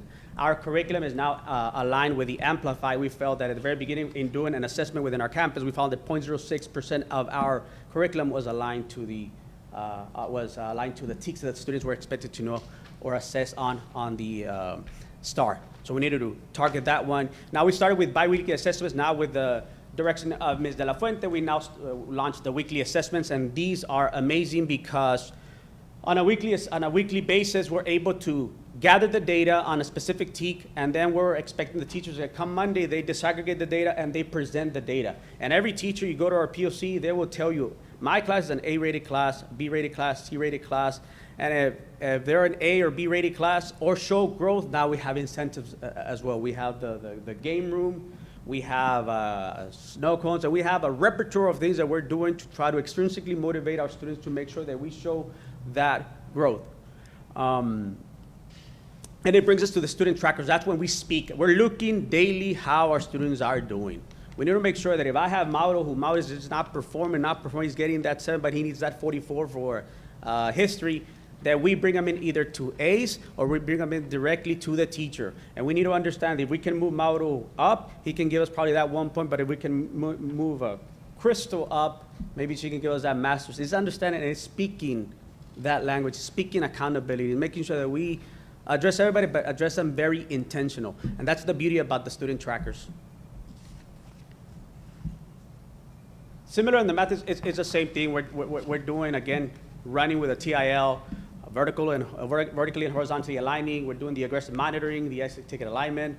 And it mimics why, because again, it goes back to domain 2. Domain 2 focuses on making sure that we either growth in math or that whenever we grow with math and RLA, that we show that whenever they compare us with those schools that are in the same socioeconomic status as Harold, that we are compared with fidelity with other schools with that same SES. So that's the reason why, if you notice on math and RLA, it's similar strategies that we are employing. Science, so that's science, 8th grade, again, TIL. The race strategy, on this one, we're having everybody write, because everybody needs to understand that now that the STAR changed, so we need everybody to know how to write, and what better than to use the race strategy. Now, we're very fortunate we have very good RLA teachers that were given the opportunity even to teach other of their colleagues, and we're daily pushing structured academic conversations, pushing the race strategy. We're in there as administrators as well teaching. We need to understand that in order for us to move this ship in the right direction, it takes everybody. And we're doing the similar strategies that we're using with RLA and math. Social studies, it's similar. Again, it's TIL, Texas Instructional Leadership, Management and Rigor. We're also doing the biweekly, the weekly assessments, the student data trackers. And if you notice on the 10 failures, that's from, we now measure how many students of those now 8th graders failed the class. And we need to make sure that when we began the school year, we were targeting and making sure that these students came in for those tutoring sessions. staff development. So on this one, I'm very fortunate that I have an amazing dean who runs with building capacity within our instructional leadership and our teachers. So we have now taken part in the curriculum alignment, unpacking the TEKS, POC. We breathe POC and we know POC, and you walk into our POCs and our teachers are genuinely doing that data disaggregation. It wasn't easy. It was building capacity, but you walk in there and our teachers are running it. You don't see the leadership. It's the teachers running. It's the teachers speaking accountability. It's the teachers taking ownership and accountability. That at Harrow, we're not going to be second to anybody. And our community deserves better. So it's them taking that ownership and understanding that, again, we are the best. At Mercedes, we are the best, and we're going to be second to nobody. But in order for us to get there, it's about building capacity. It's about whenever we do those teacher enrichment strategies, whenever we do the observation and feedback, making sure that we're being very concise, very strategic about the type of strategies that we roll out. And this is the aggressive monitoring, which we made it part of Herald. We have the teacher radar, the whole class reset, voice register, exit ticket setting, expectation. And on these, it's because we have a mentality. For some reason, I've had the opportunity to work for 3 districts, but we have had kind of the same philosophy where it's like they'll throw you in there. It's a sink or swim mentality. So we need to make sure that we go in there, because as administrators, it's very easy for us to go in there and point out what is not working. But what are we doing to build capacity, to mentor, to develop our teachers? That's our responsibility. And most often in engaging in this type of philosophy, of mentality, way of thinking, is that teachers fear us. And we need to make sure that our teachers are happy to see us in there, because we're not there to evaluate them. We're there to develop our teachers. And as building that report. Right now, you walk into our campus, we have mobile desks. You won't see us in our office unless a parent wants to see us, but you've seen us in the hallways inspecting what we're expecting. So that's a little bit about Harrow on the staff development. That brings us a little bit with this one, 15 walkthroughs. Now the 15 walkthroughs, when we walk into a class, we see a couple of things that need to be addressed. It's about being and going granular, about observing what is it that we can fix right now, bring it in and doing it with fidelity. It's not about going back, typing whatever we saw. It's about going back, providing feedback to the teachers, but bringing back the teacher and coaching the teacher up, but showing how to get there. And that's what we're doing.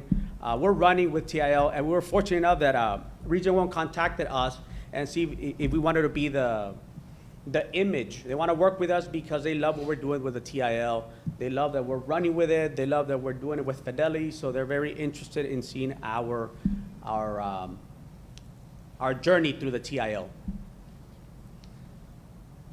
Parental involvement, I think this one as a leader, we have all these goals, and as leaders we think about the repertoire of elements that we need to look and task to see what is it that we're going to do or have to do to get our campus to be that A-rated campus. And sometimes we focus a lot on teachers, we focus on students, we focus on our counselors, but I think the most missed opportunity is focusing on the parents. When we can build that rapport with our parents, that partnership in understanding what is their responsibility and what is our responsibility, then we're going to get there. But I think this is the most missed opportunity, and at Harrow, we're running with it. If I have to go in there, if you can't make it on my campus, I will go in and have the meeting at your house.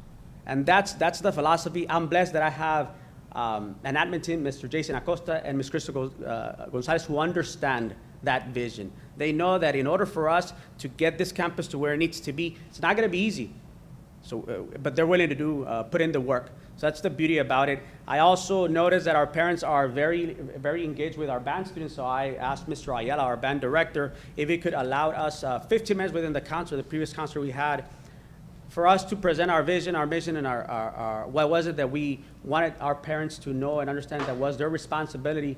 And we were able to we had a full cafeteria. We couldn't even get any people in there. That's how big it was, and that was a perfect opportunity for us to showcase who we are, what is our vision, and where we want to take Harrow, being second to nobody.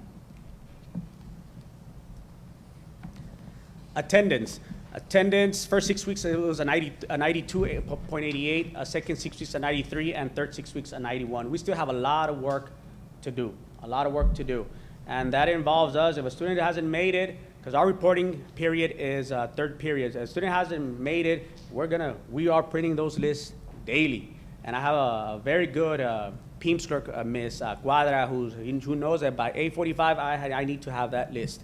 And if a student hasn't shown up, we're gonna go in there and we'll knock. Now, I'm blessed that I have a lot of students that live close to each other, and I recall this last week that I'll go in there and I'm knocking. A student comes out and student's like, sir, I'm not ready, give me an hour, I need to do my makeup. I'm like, you got 10 minutes, truck is out there, and I go to the next door and knock, hey, get in there, but we're gonna get them in there. And I think it's building that rapport with the parents that allows us these opportunities to make sure that they know that we mean well, that we want the best for the kids. And I have yet to see a parent that says, no, I do not want you to service my kid. Everybody wants their kid to succeed. And they know that at Harrell they got the right people to make sure that we get them there. College readiness, again, with the help of Ms. De La Fuente, we were able to bring new classes to our college and career classes. We have the principles of law, principles of AV, touch systems. We have English 1, Algebra 1. We are having an upcoming college and career fair, and we're having 3 upcoming colleges, which will be going to UTRGV, we'll be going to TSTC, and we'll be going to Texas A&M Kingsville. These are the upcoming visits that we have. Credit recovery. So we have, for those students that need to be recover credits, we have packets, and we also have both the ACE and also tutoring from our teachers. They have access to all that. If you notice on the data, for 6th grade we had 0 that needed that, for 7th grade we had 1, and for 8th grade we had 10 in RLA. And you see the math, science, and history. But the students understand that they bear responsibility, and the help is there. So in making sure that we contact and speak and have that transparency and that communication with parents, that has allowed us to make sure that we bring in those students. Special education. So what we decided to do this year at Harrell was to create kind of pathways to make sure that we build capacity within our inclusion teachers in helping them co-teach. Most times what we found was that the teacher would go in there and service only certain students. No, we need to make sure that we're servicing everybody, but we need to build capacity in our own to make sure that we, with fidelity, address these needs. And in doing so, it's gonna help us target that 30% with the Domain 3.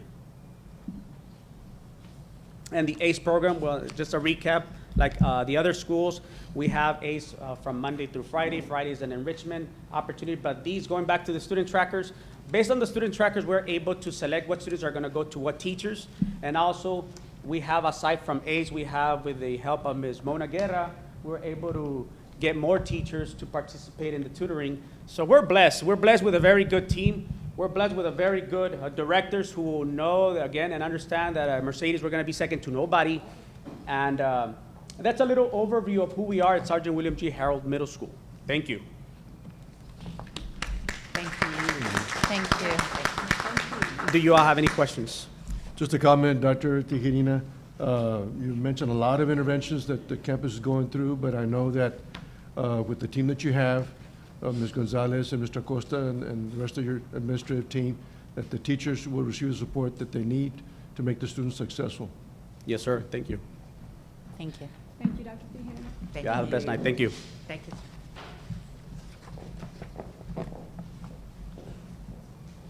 And lastly, we have Mr. Martinez for Chacon Middle School.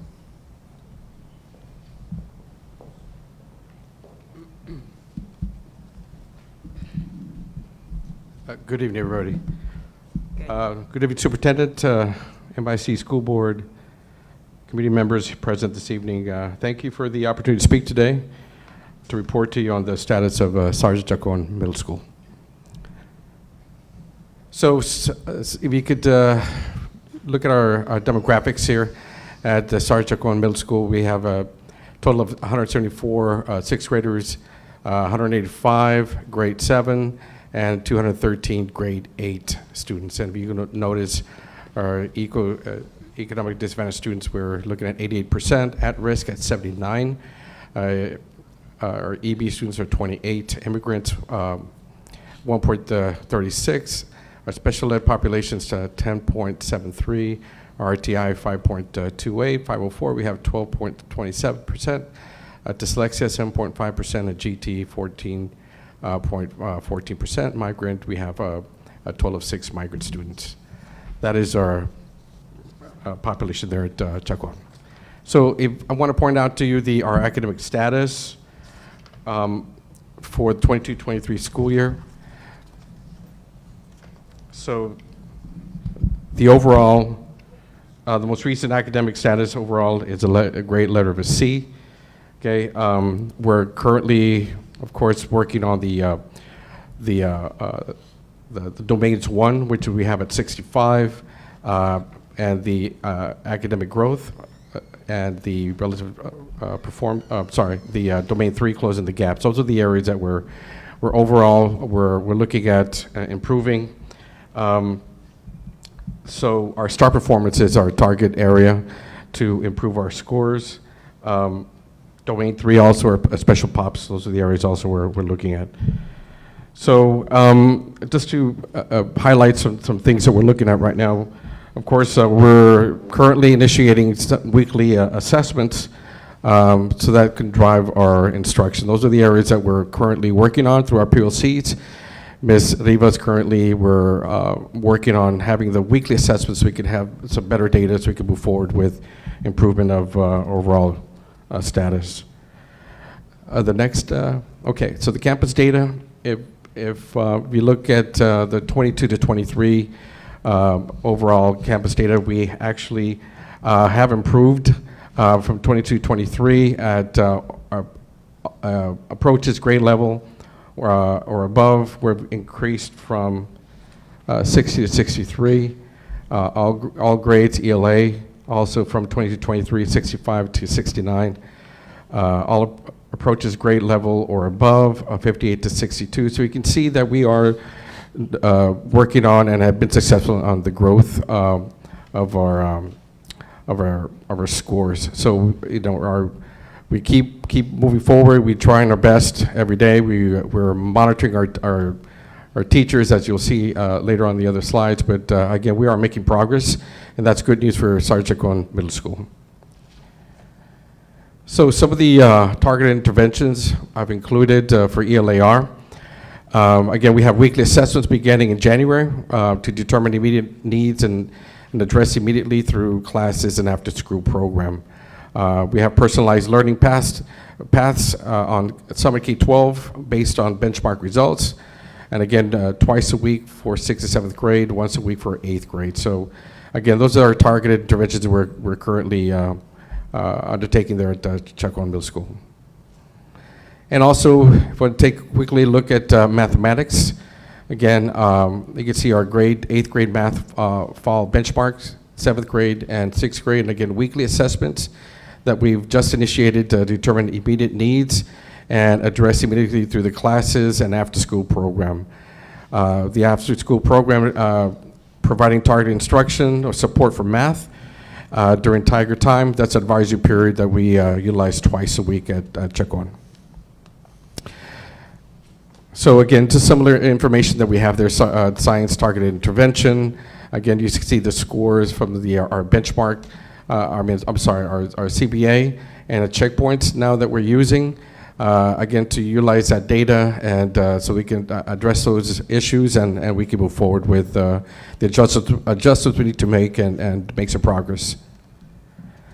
So our science targeted intervention, weekly assessments, again, as we're starting in January to determine the immediate needs and address immediately through class and ACE after school program. And I'm gonna have Mr. Guetta here in a few minutes talk about that.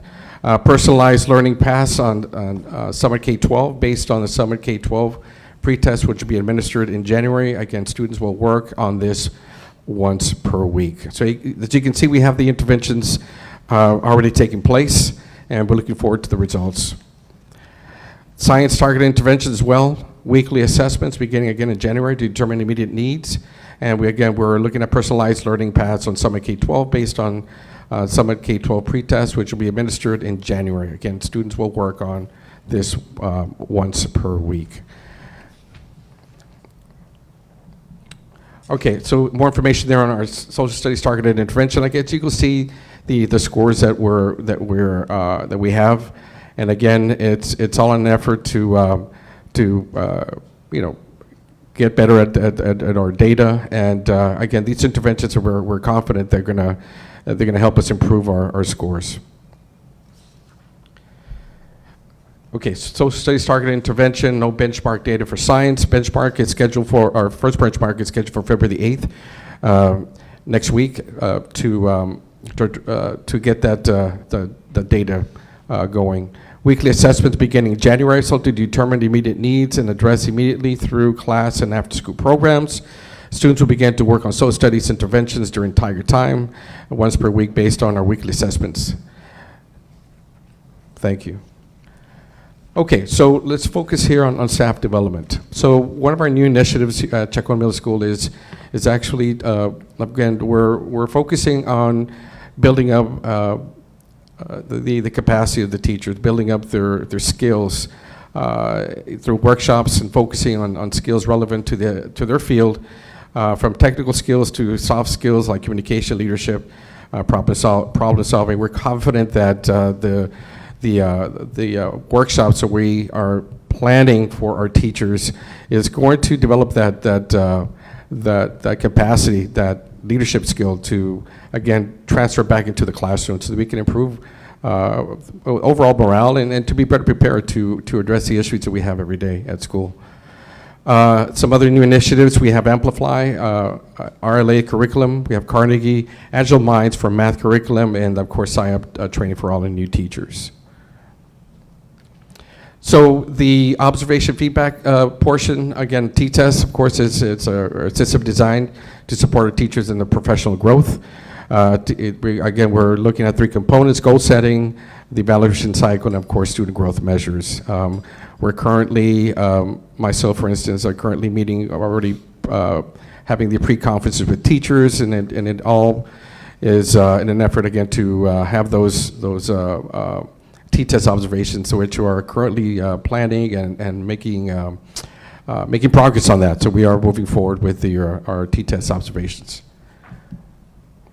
Okay, so just some numbers here for our walkthroughs. Myself, 17. Our assistant principal, we have 40. And Ms. Rivas, our Dean of Instruction, of course, 30. And Mr. Guerra himself has just started with us. He already has 8 observations under his belt. Good job, sir. And again, our effort is to go into the classroom and to monitor, to make sure we provide immediate feedback. And that's one of the things my message to the administration team is we need to provide the immediate feedback so the teachers will know exactly where they're at and plan for improvement and to critique. I think we all need, as educators, need someone else to at least critique us and maybe give us some suggestions, some ideas, and ways to improve our instruction. That's basically what our method is to provide immediate feedback so that we can sit down with the teacher and review the lesson activity, and we move forward with the adjustments that we need, and to make sure that everybody understands that we all need that improvement, so that's where we're at right now with the observation feedback. Okay, parental involvement. Parental involvement, of course, is crucial for enhancing student learning, and I believe it builds a strong community, improves school programs, and some of the things that we do through our parental liaison, volunteering in the workroom and the library, organizing and supporting our school events. Also the counselors step in, and truancy officer also does presentations. Again, a truancy officer we have at our campus, I encourage him to talk to the parents about the importance of attendance and gives them information about the truancy laws and so forth. So that's important. Also, we have parenting classes. I've walked in, actually, they've invited me over during the times they do have typing classes. I even did a little lesson myself, because I remember from my old days at the high school about key placement, things like that, just to help out with the parents and have that connection with the parents. I think that's important. They also do Rosetta Stone. It helps parents reach their language goals, and so we do have that in place.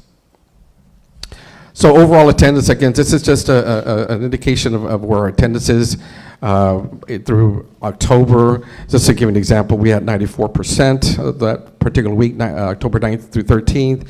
And then we have 93%, 91%. It's been pretty consistent through that week. And of course, during the the weeks following. One of the things that we have in place, of course, is incentives. We do have an attendance committee that we've met to discuss ways to improve our overall attendance, and I think that's an important step in the right direction to make sure that we all get involved. It's not just the student, but also involving the parent, involving the teachers, trying to figure ways to improve attendance through communication. We have incentives, as we've included there on the slide. And one of the things that we're starting right now, because of the number of hours or days that I've missed, we've started sending out communication with parents and students that in order for them to abide by the 90% rule, we're now implementing programs, especially after school, so that they could make up those hours.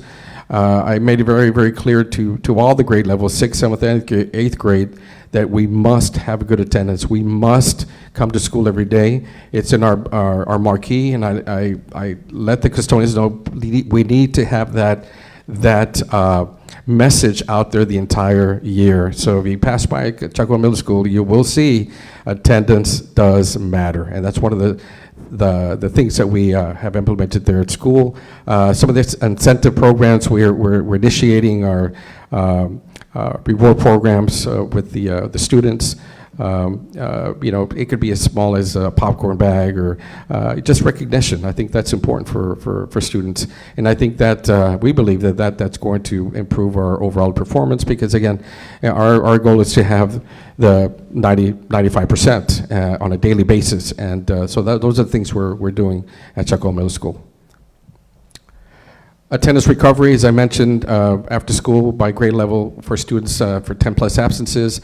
And I wanted to give you some numbers. 6th graders, we have 56. 7th graders, we have 68. And 8th grade, we have 76 that need to make up hours. And again, one of the things that I use to communicate to parents and also to students is the Remind app. I think that's a great tool to communicate with parents because whether or not they're looking through the website or trying to seek information through Facebook, they're going to get a text from me from Remind. And that, I think, is a very effective tool to communicate any messages I have for the parents. In fact, this morning I sent a message out to the parents about this very thing about making up hours.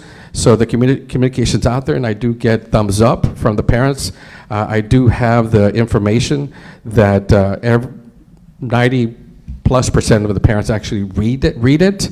I think that's an excellent form of communication and messaging to the parents. So attendance recovery, one of our important things, one of the things that I'm very passionate about, to making sure that that students are coming to school, and if not, they would have to again recover the attendance through after school. And again, we're emphasizing that, and we do that every day. Grade recovery, again, students who failed the course for first semester recommended after-school tutorial, and Saturday classes beginning the second semester. Those are just some numbers there needing grade recovery. So yes, as a matter of fact, Saturday classes, we're starting to look at having students come in, and I've already partnered with Mr. Guetta here in the ACE program to come up with some activities we can use, either through start preparation or having teachers come over and do some tutoring during Saturday. So that's a program that we're currently working on. College readiness, career day. One of the examples that we had is we had a very successful career day on December the 15th. We had many community members come out and to present their either their school or their business. It was a very successful event. Some of the things we do also, CTE program in place at Chaco Middle School. Those are just some numbers that we have and the programs that we have: professional communications or speech, touch systems, principles of law, principles of health science, principles of AV. One of the more popular ones is the principles of law with Officer Liscano, who the kids are really interested in the law enforcement area, which is great. She's invited me over several times and participated in those activities. A lot of fun. kids really enjoy it. Not only that, but I think having these CT programs in place are surely a benefit to all students, in the entire district. I think it lends itself for students who are interested in certain areas to explore and to gain insight, and it's something for them to be motivated to continue coming to school. Special education bilingual ESL, again, just some interventions that we use. Again, for our EB students, we have 170. We use some of K-12 to help us use daily teacher-guided and independent students plans. Students grow grouped according to proficiency levels. And of course, in special ed department, we have 63 students. Again, schedules based on student academic needs, of course, use of the visual program. And our ACE program that we have at Tacoma Middle School, again, provides activities from 4 to 6 p.m. We provide homework help, tutoring, enrichment activities. We offer sports, clubs, youth development projects that build character, confidence, leadership skills. Those are the real benefits of the ACE program. And Mr. Guerra here is going to talk a little bit about that. Can we have the next slide, please? Okay, so those are some of the programs. Mr. Guerra, if you want to just briefly go over some of the programs we have? Yes, we have some of the programs that we are doing. We're having the math camp for 6th grade, 7th grade, and 8th grade, and we almost do it every week. And I have teachers also for reading, and I believe we have social studies. What I like from my students, because now I came up with law enforcement and self-defense, because that was my bread and butter. So I have Ms. Liscano, she's running that program. So some of the students, when they do the tutoring, when they finish their time, I let them come in the second half and go either to law enforcement, or they can go to art or to theater, music. So I give them that opportunity so they can enjoy going to after-school program. So that's what I'm trying to do to build it up. We have Mr. Santana doing the attendance recovery, and we let the students go to attendance recovery, and after they finish doing their tutoring, now they're gonna get the opportunity to go to the gym to a weightlifting class, or go to law enforcement, art, any of those classes, just because I want them to continue coming. So I had to create something to motivate them to come every day after school. I know every day we're getting some new students, and our program has been growing every day. Every day I'm getting applications, which is a good thing. So the program is growing. On Fridays we have enrichment. So we have Mr. Garza, he does a sports camp, and we have the counselors doing the TED Talk. And of course, we have Liscano doing the law enforcement. And this is just enrichment on Fridays. But of course, if students need help in any tutoring, we offer them that help whenever they ask us for it. And of course, in the future, we are planning on doing it on Saturdays. Thank you.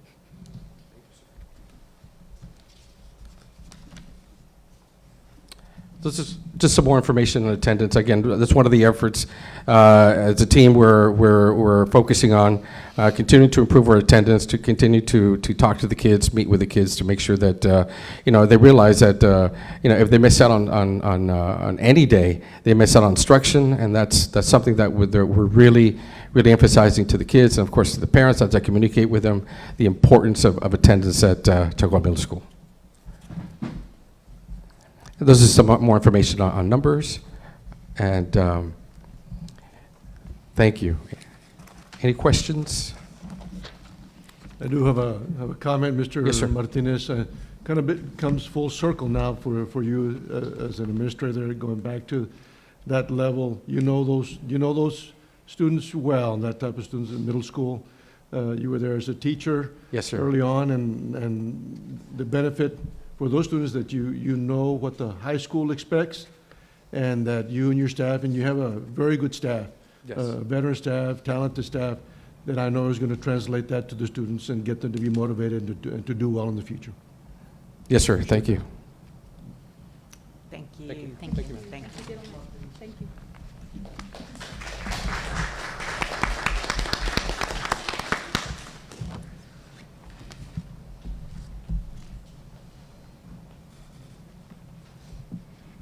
Thank you so much, Mrs. De La Fuente, and all the principals and administrators for providing us with that informative data. We would like to now introduce Mr. Roland Handy, Director of Technology, to present the enrollment and attendance report.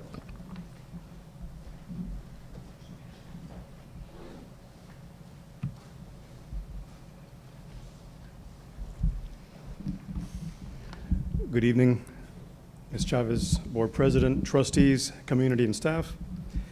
The purpose of this presentation is to share ADA and enrollment information with the board and our community.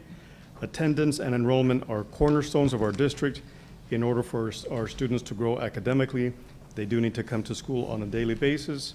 Positive attendance and enrollment increase funding, which ensures our district is able to continue to provide effective learning opportunities. So let's look at our ADA and enrollment figures. We will be focusing on the period between our current and last regular board meetings, contrasting current school year with prior school year. And we'll start with our district summary.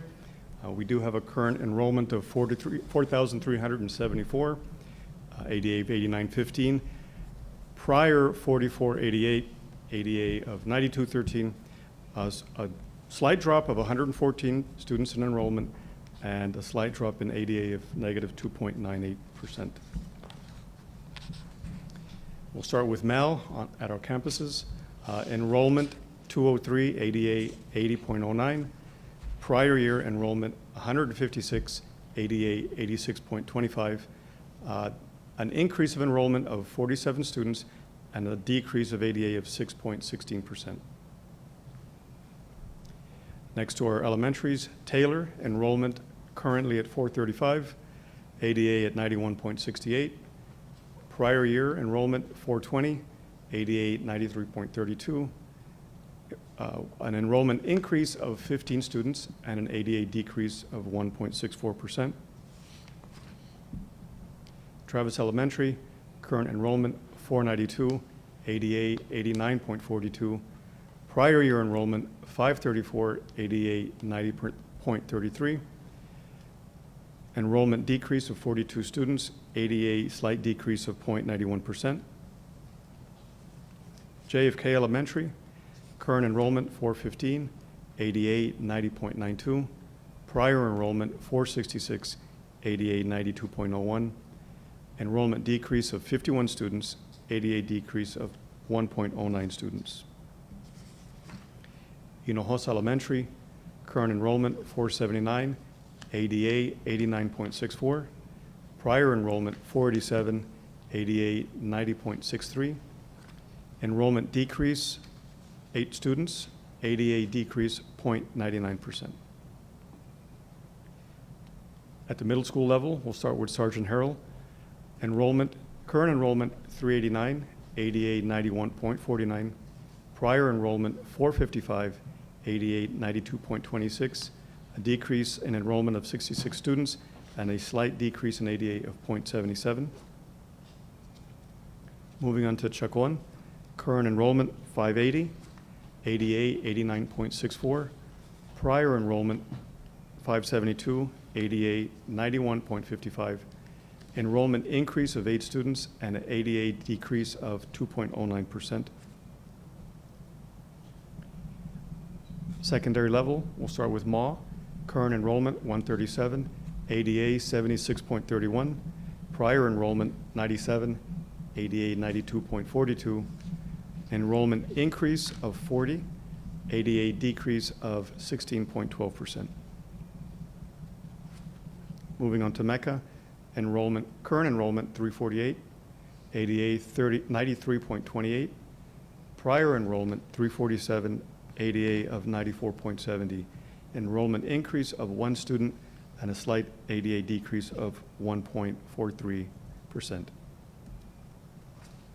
Mercedes High School, current enrollment 894, ADA 88.40. Prior enrollment 950, ADA 90.40. Enrollment decrease of 56 students, ADA decrease of 2.01%. And our last school, JJAP, enrollment currently two students, ADA 100%. Prior year, four students, ADA 99.54. We do have a decrease of 2 students and an ADA increase of 0.46%.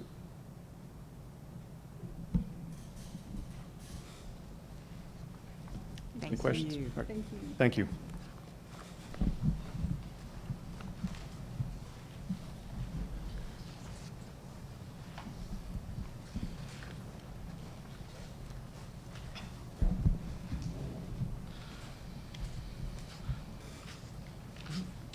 I'd like to thank all the administrators for their presentations tonight. It was very detail-oriented, which I love, and I can't wait for the elementary presentations soon. Moving on with the agenda, we got action agenda, I'm sorry. A, Superintendent, number 1, discussion and possible action to approve board resolution authorizing the superintendent to address compensation for school closure on January 16, 2024. Mrs. Chavez? The administration recommends the resolution presented to allow the superintendent to be able to address compensation and to use that initiative as a tool for retention in our district, to be able to work on staff and campus climate, as well as district-wide morale. This resolution will affect the compensation for all personnel in all categories. Awesome. Any discussion from the board? Hearing none, I need a motion. So moved. To do what? To Oh, approve. I have a motion from Mr. Rodriguez, a second from Ms. Delgado. All in favor, vote by saying aye. Aye. Aye. All opposed, same sign. Motion passes unanimously. B, curriculum and instruction. Number 1, discussion and possible action to approve resolution of the board regarding becoming a district of innovation. Mrs. Chavez. The administration recommends the presentation documents, and at this time, I'm going to go ahead and ask Ms. Guerra, Director of Innovation, Federal Programs, to please come up for any related questions that you may have. This option and designation will allow the school district to pretty much allow the staff through our site-based decision-making committee to be able to take advantage of some options that we can activate as a school district under this designation.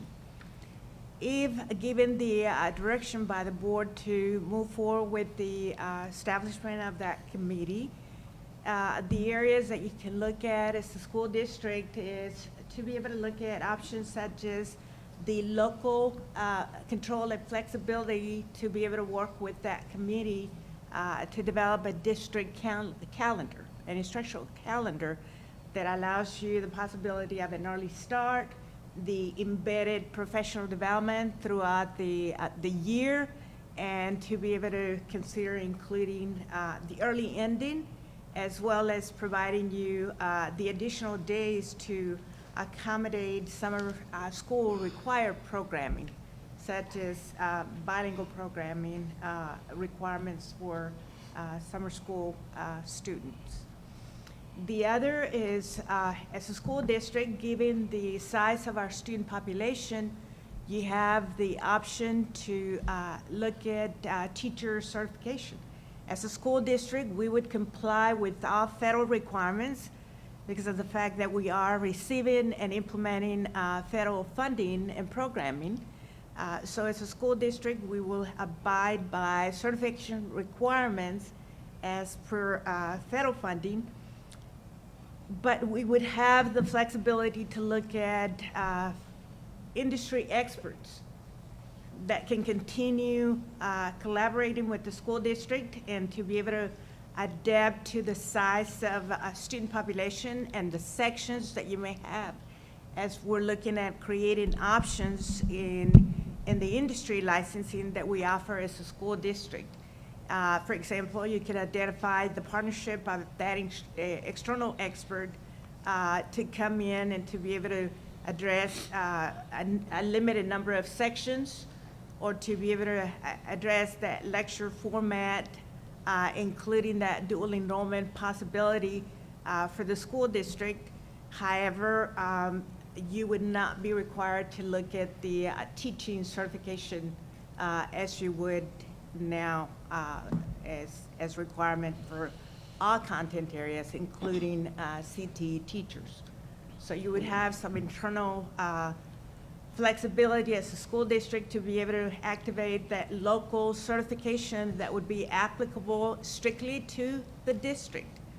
And it would be just in a certification approval process that could only apply to district and internal personnel, not to be extended beyond Mercedes ISD, if you may. When meeting with the SBDM committee, those were the 2 areas of interest. If given this opportunity as a board, we would continue working through that process through an appointed board committee, or we can work with your recommendation even if you're looking at the site-based decision-making committee at the district level.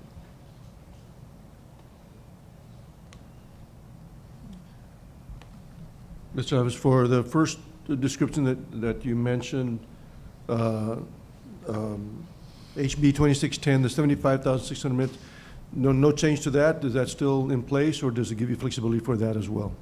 We would be looking at internal flexibility as a school district, and this designation actually gives you the opportunity to look at district needs and to have that local control and flexibility to be able to make those recommendations based on district needs. And you have several options that you can activate as a school district within this designation. We're currently looking at the operational flexibility with the instructional calendar and also the certification options as well. So the board resolution is really the first step in this process, and all it's really saying is that we're going to consider maybe moving forward with this. The second step would be holding a public hearing. The committee would come together. The plan then has to be created, posted online, and then it has to be approved by the committee, and then again it comes to be approved by the board. Throughout this whole process, there's plenty of opportunity for feedback from the community and staff members.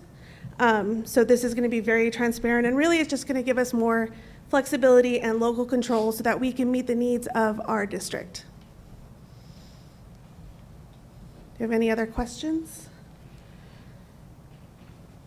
Any other questions? We have a recommendation from the administration to approve this resolution. I need a motion. So moved. It's been moved by Mrs. Vallejo. Do we have a second? Second. Second from Ms. Delgado. All in favor, vote by saying aye. Aye. Aye. All opposed, the same sign. Motion passes unanimously. Thank you, Ms. Guerra. Thank you. Thank you. Letter C, facilities. 1, discussion of possible action to approve high school chiller and cooling tower replacement project, expense pay application number 8, Train USA, Inc. Mr. Ms. Herrera, Facilities Director, will be presenting the item. Good evening, Superintendent Ms. Chavez, Board President, Mr. Garcia, trustees, community, and staff. We have Train Incorporated submitting a payment application for approval, application number 8, in the amount of $57,000 for the work conducted up to January 31st. The work and services have been certified by the engineering firm to ensure that the work and the job and the equipment has been installed. So all steps have been taken. At this point, we're requesting approval to submit for payment. The administration recommends your approval. Okay. We have a recommendation from the administration. So move. We have a motion from Mr. Rodriguez. Second. A second from Ms. Delgado. Move on to a vote. All in favor, vote by saying aye. Aye. Aye. All opposed, the same sign. Motion passes unanimously. Thank you, Mr. Herrera. A real quick question, Mr. Herrera. Yes, ma'am. So on the percentage, that's 100% complete? The amount still in retainment It's just the retainage? Yes, it's $35,000. The chiller is fully installed.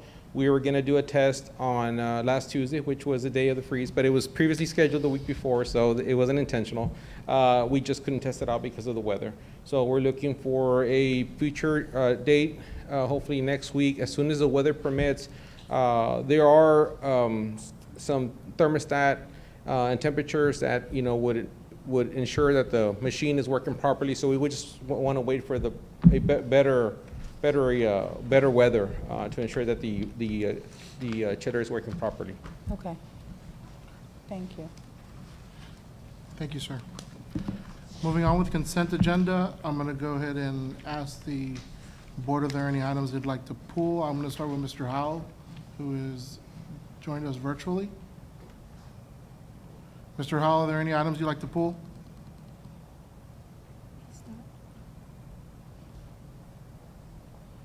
Hearing no response, I'll move on. Mrs. Vallejo? No. Mrs. Delgado? No, sir. Mr. Rodriguez? No. And none from me. So we're going to go ahead and need a motion to approve the consent agenda as presented. So moved. We have a motion from Ms. Vallejo. Do I have a second? Second from Ms. Delgado.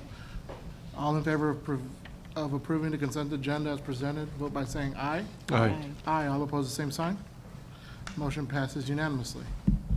Moving on to executive session. A, personnel pursuant to section 551.074 of the Texas Government Code and attorney consultation pursuant to section 551.071 of the Texas Government Code. 1, resignations, terminations, appointments, evaluations, reassignments, duties, and discipline of professional, paraprofessional, and non-contract employees, teachers, substitutes, and substitutes for maintenance, transportation, and cafeteria department. B, student discipline pursuant to sections 551.082 and 551.0821 of the Texas Government Code, personally identifiable information about a public school student.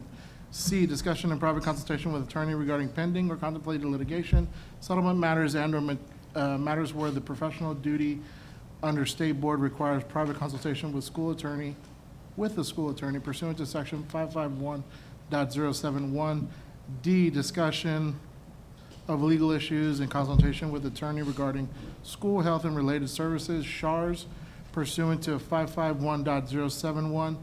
And E, discussion and continued consideration of Deborah Vento Cantu, FNG Level 3, previously heard December 19, 2023, pursuant to section 551.0821 of the Texas Government Code.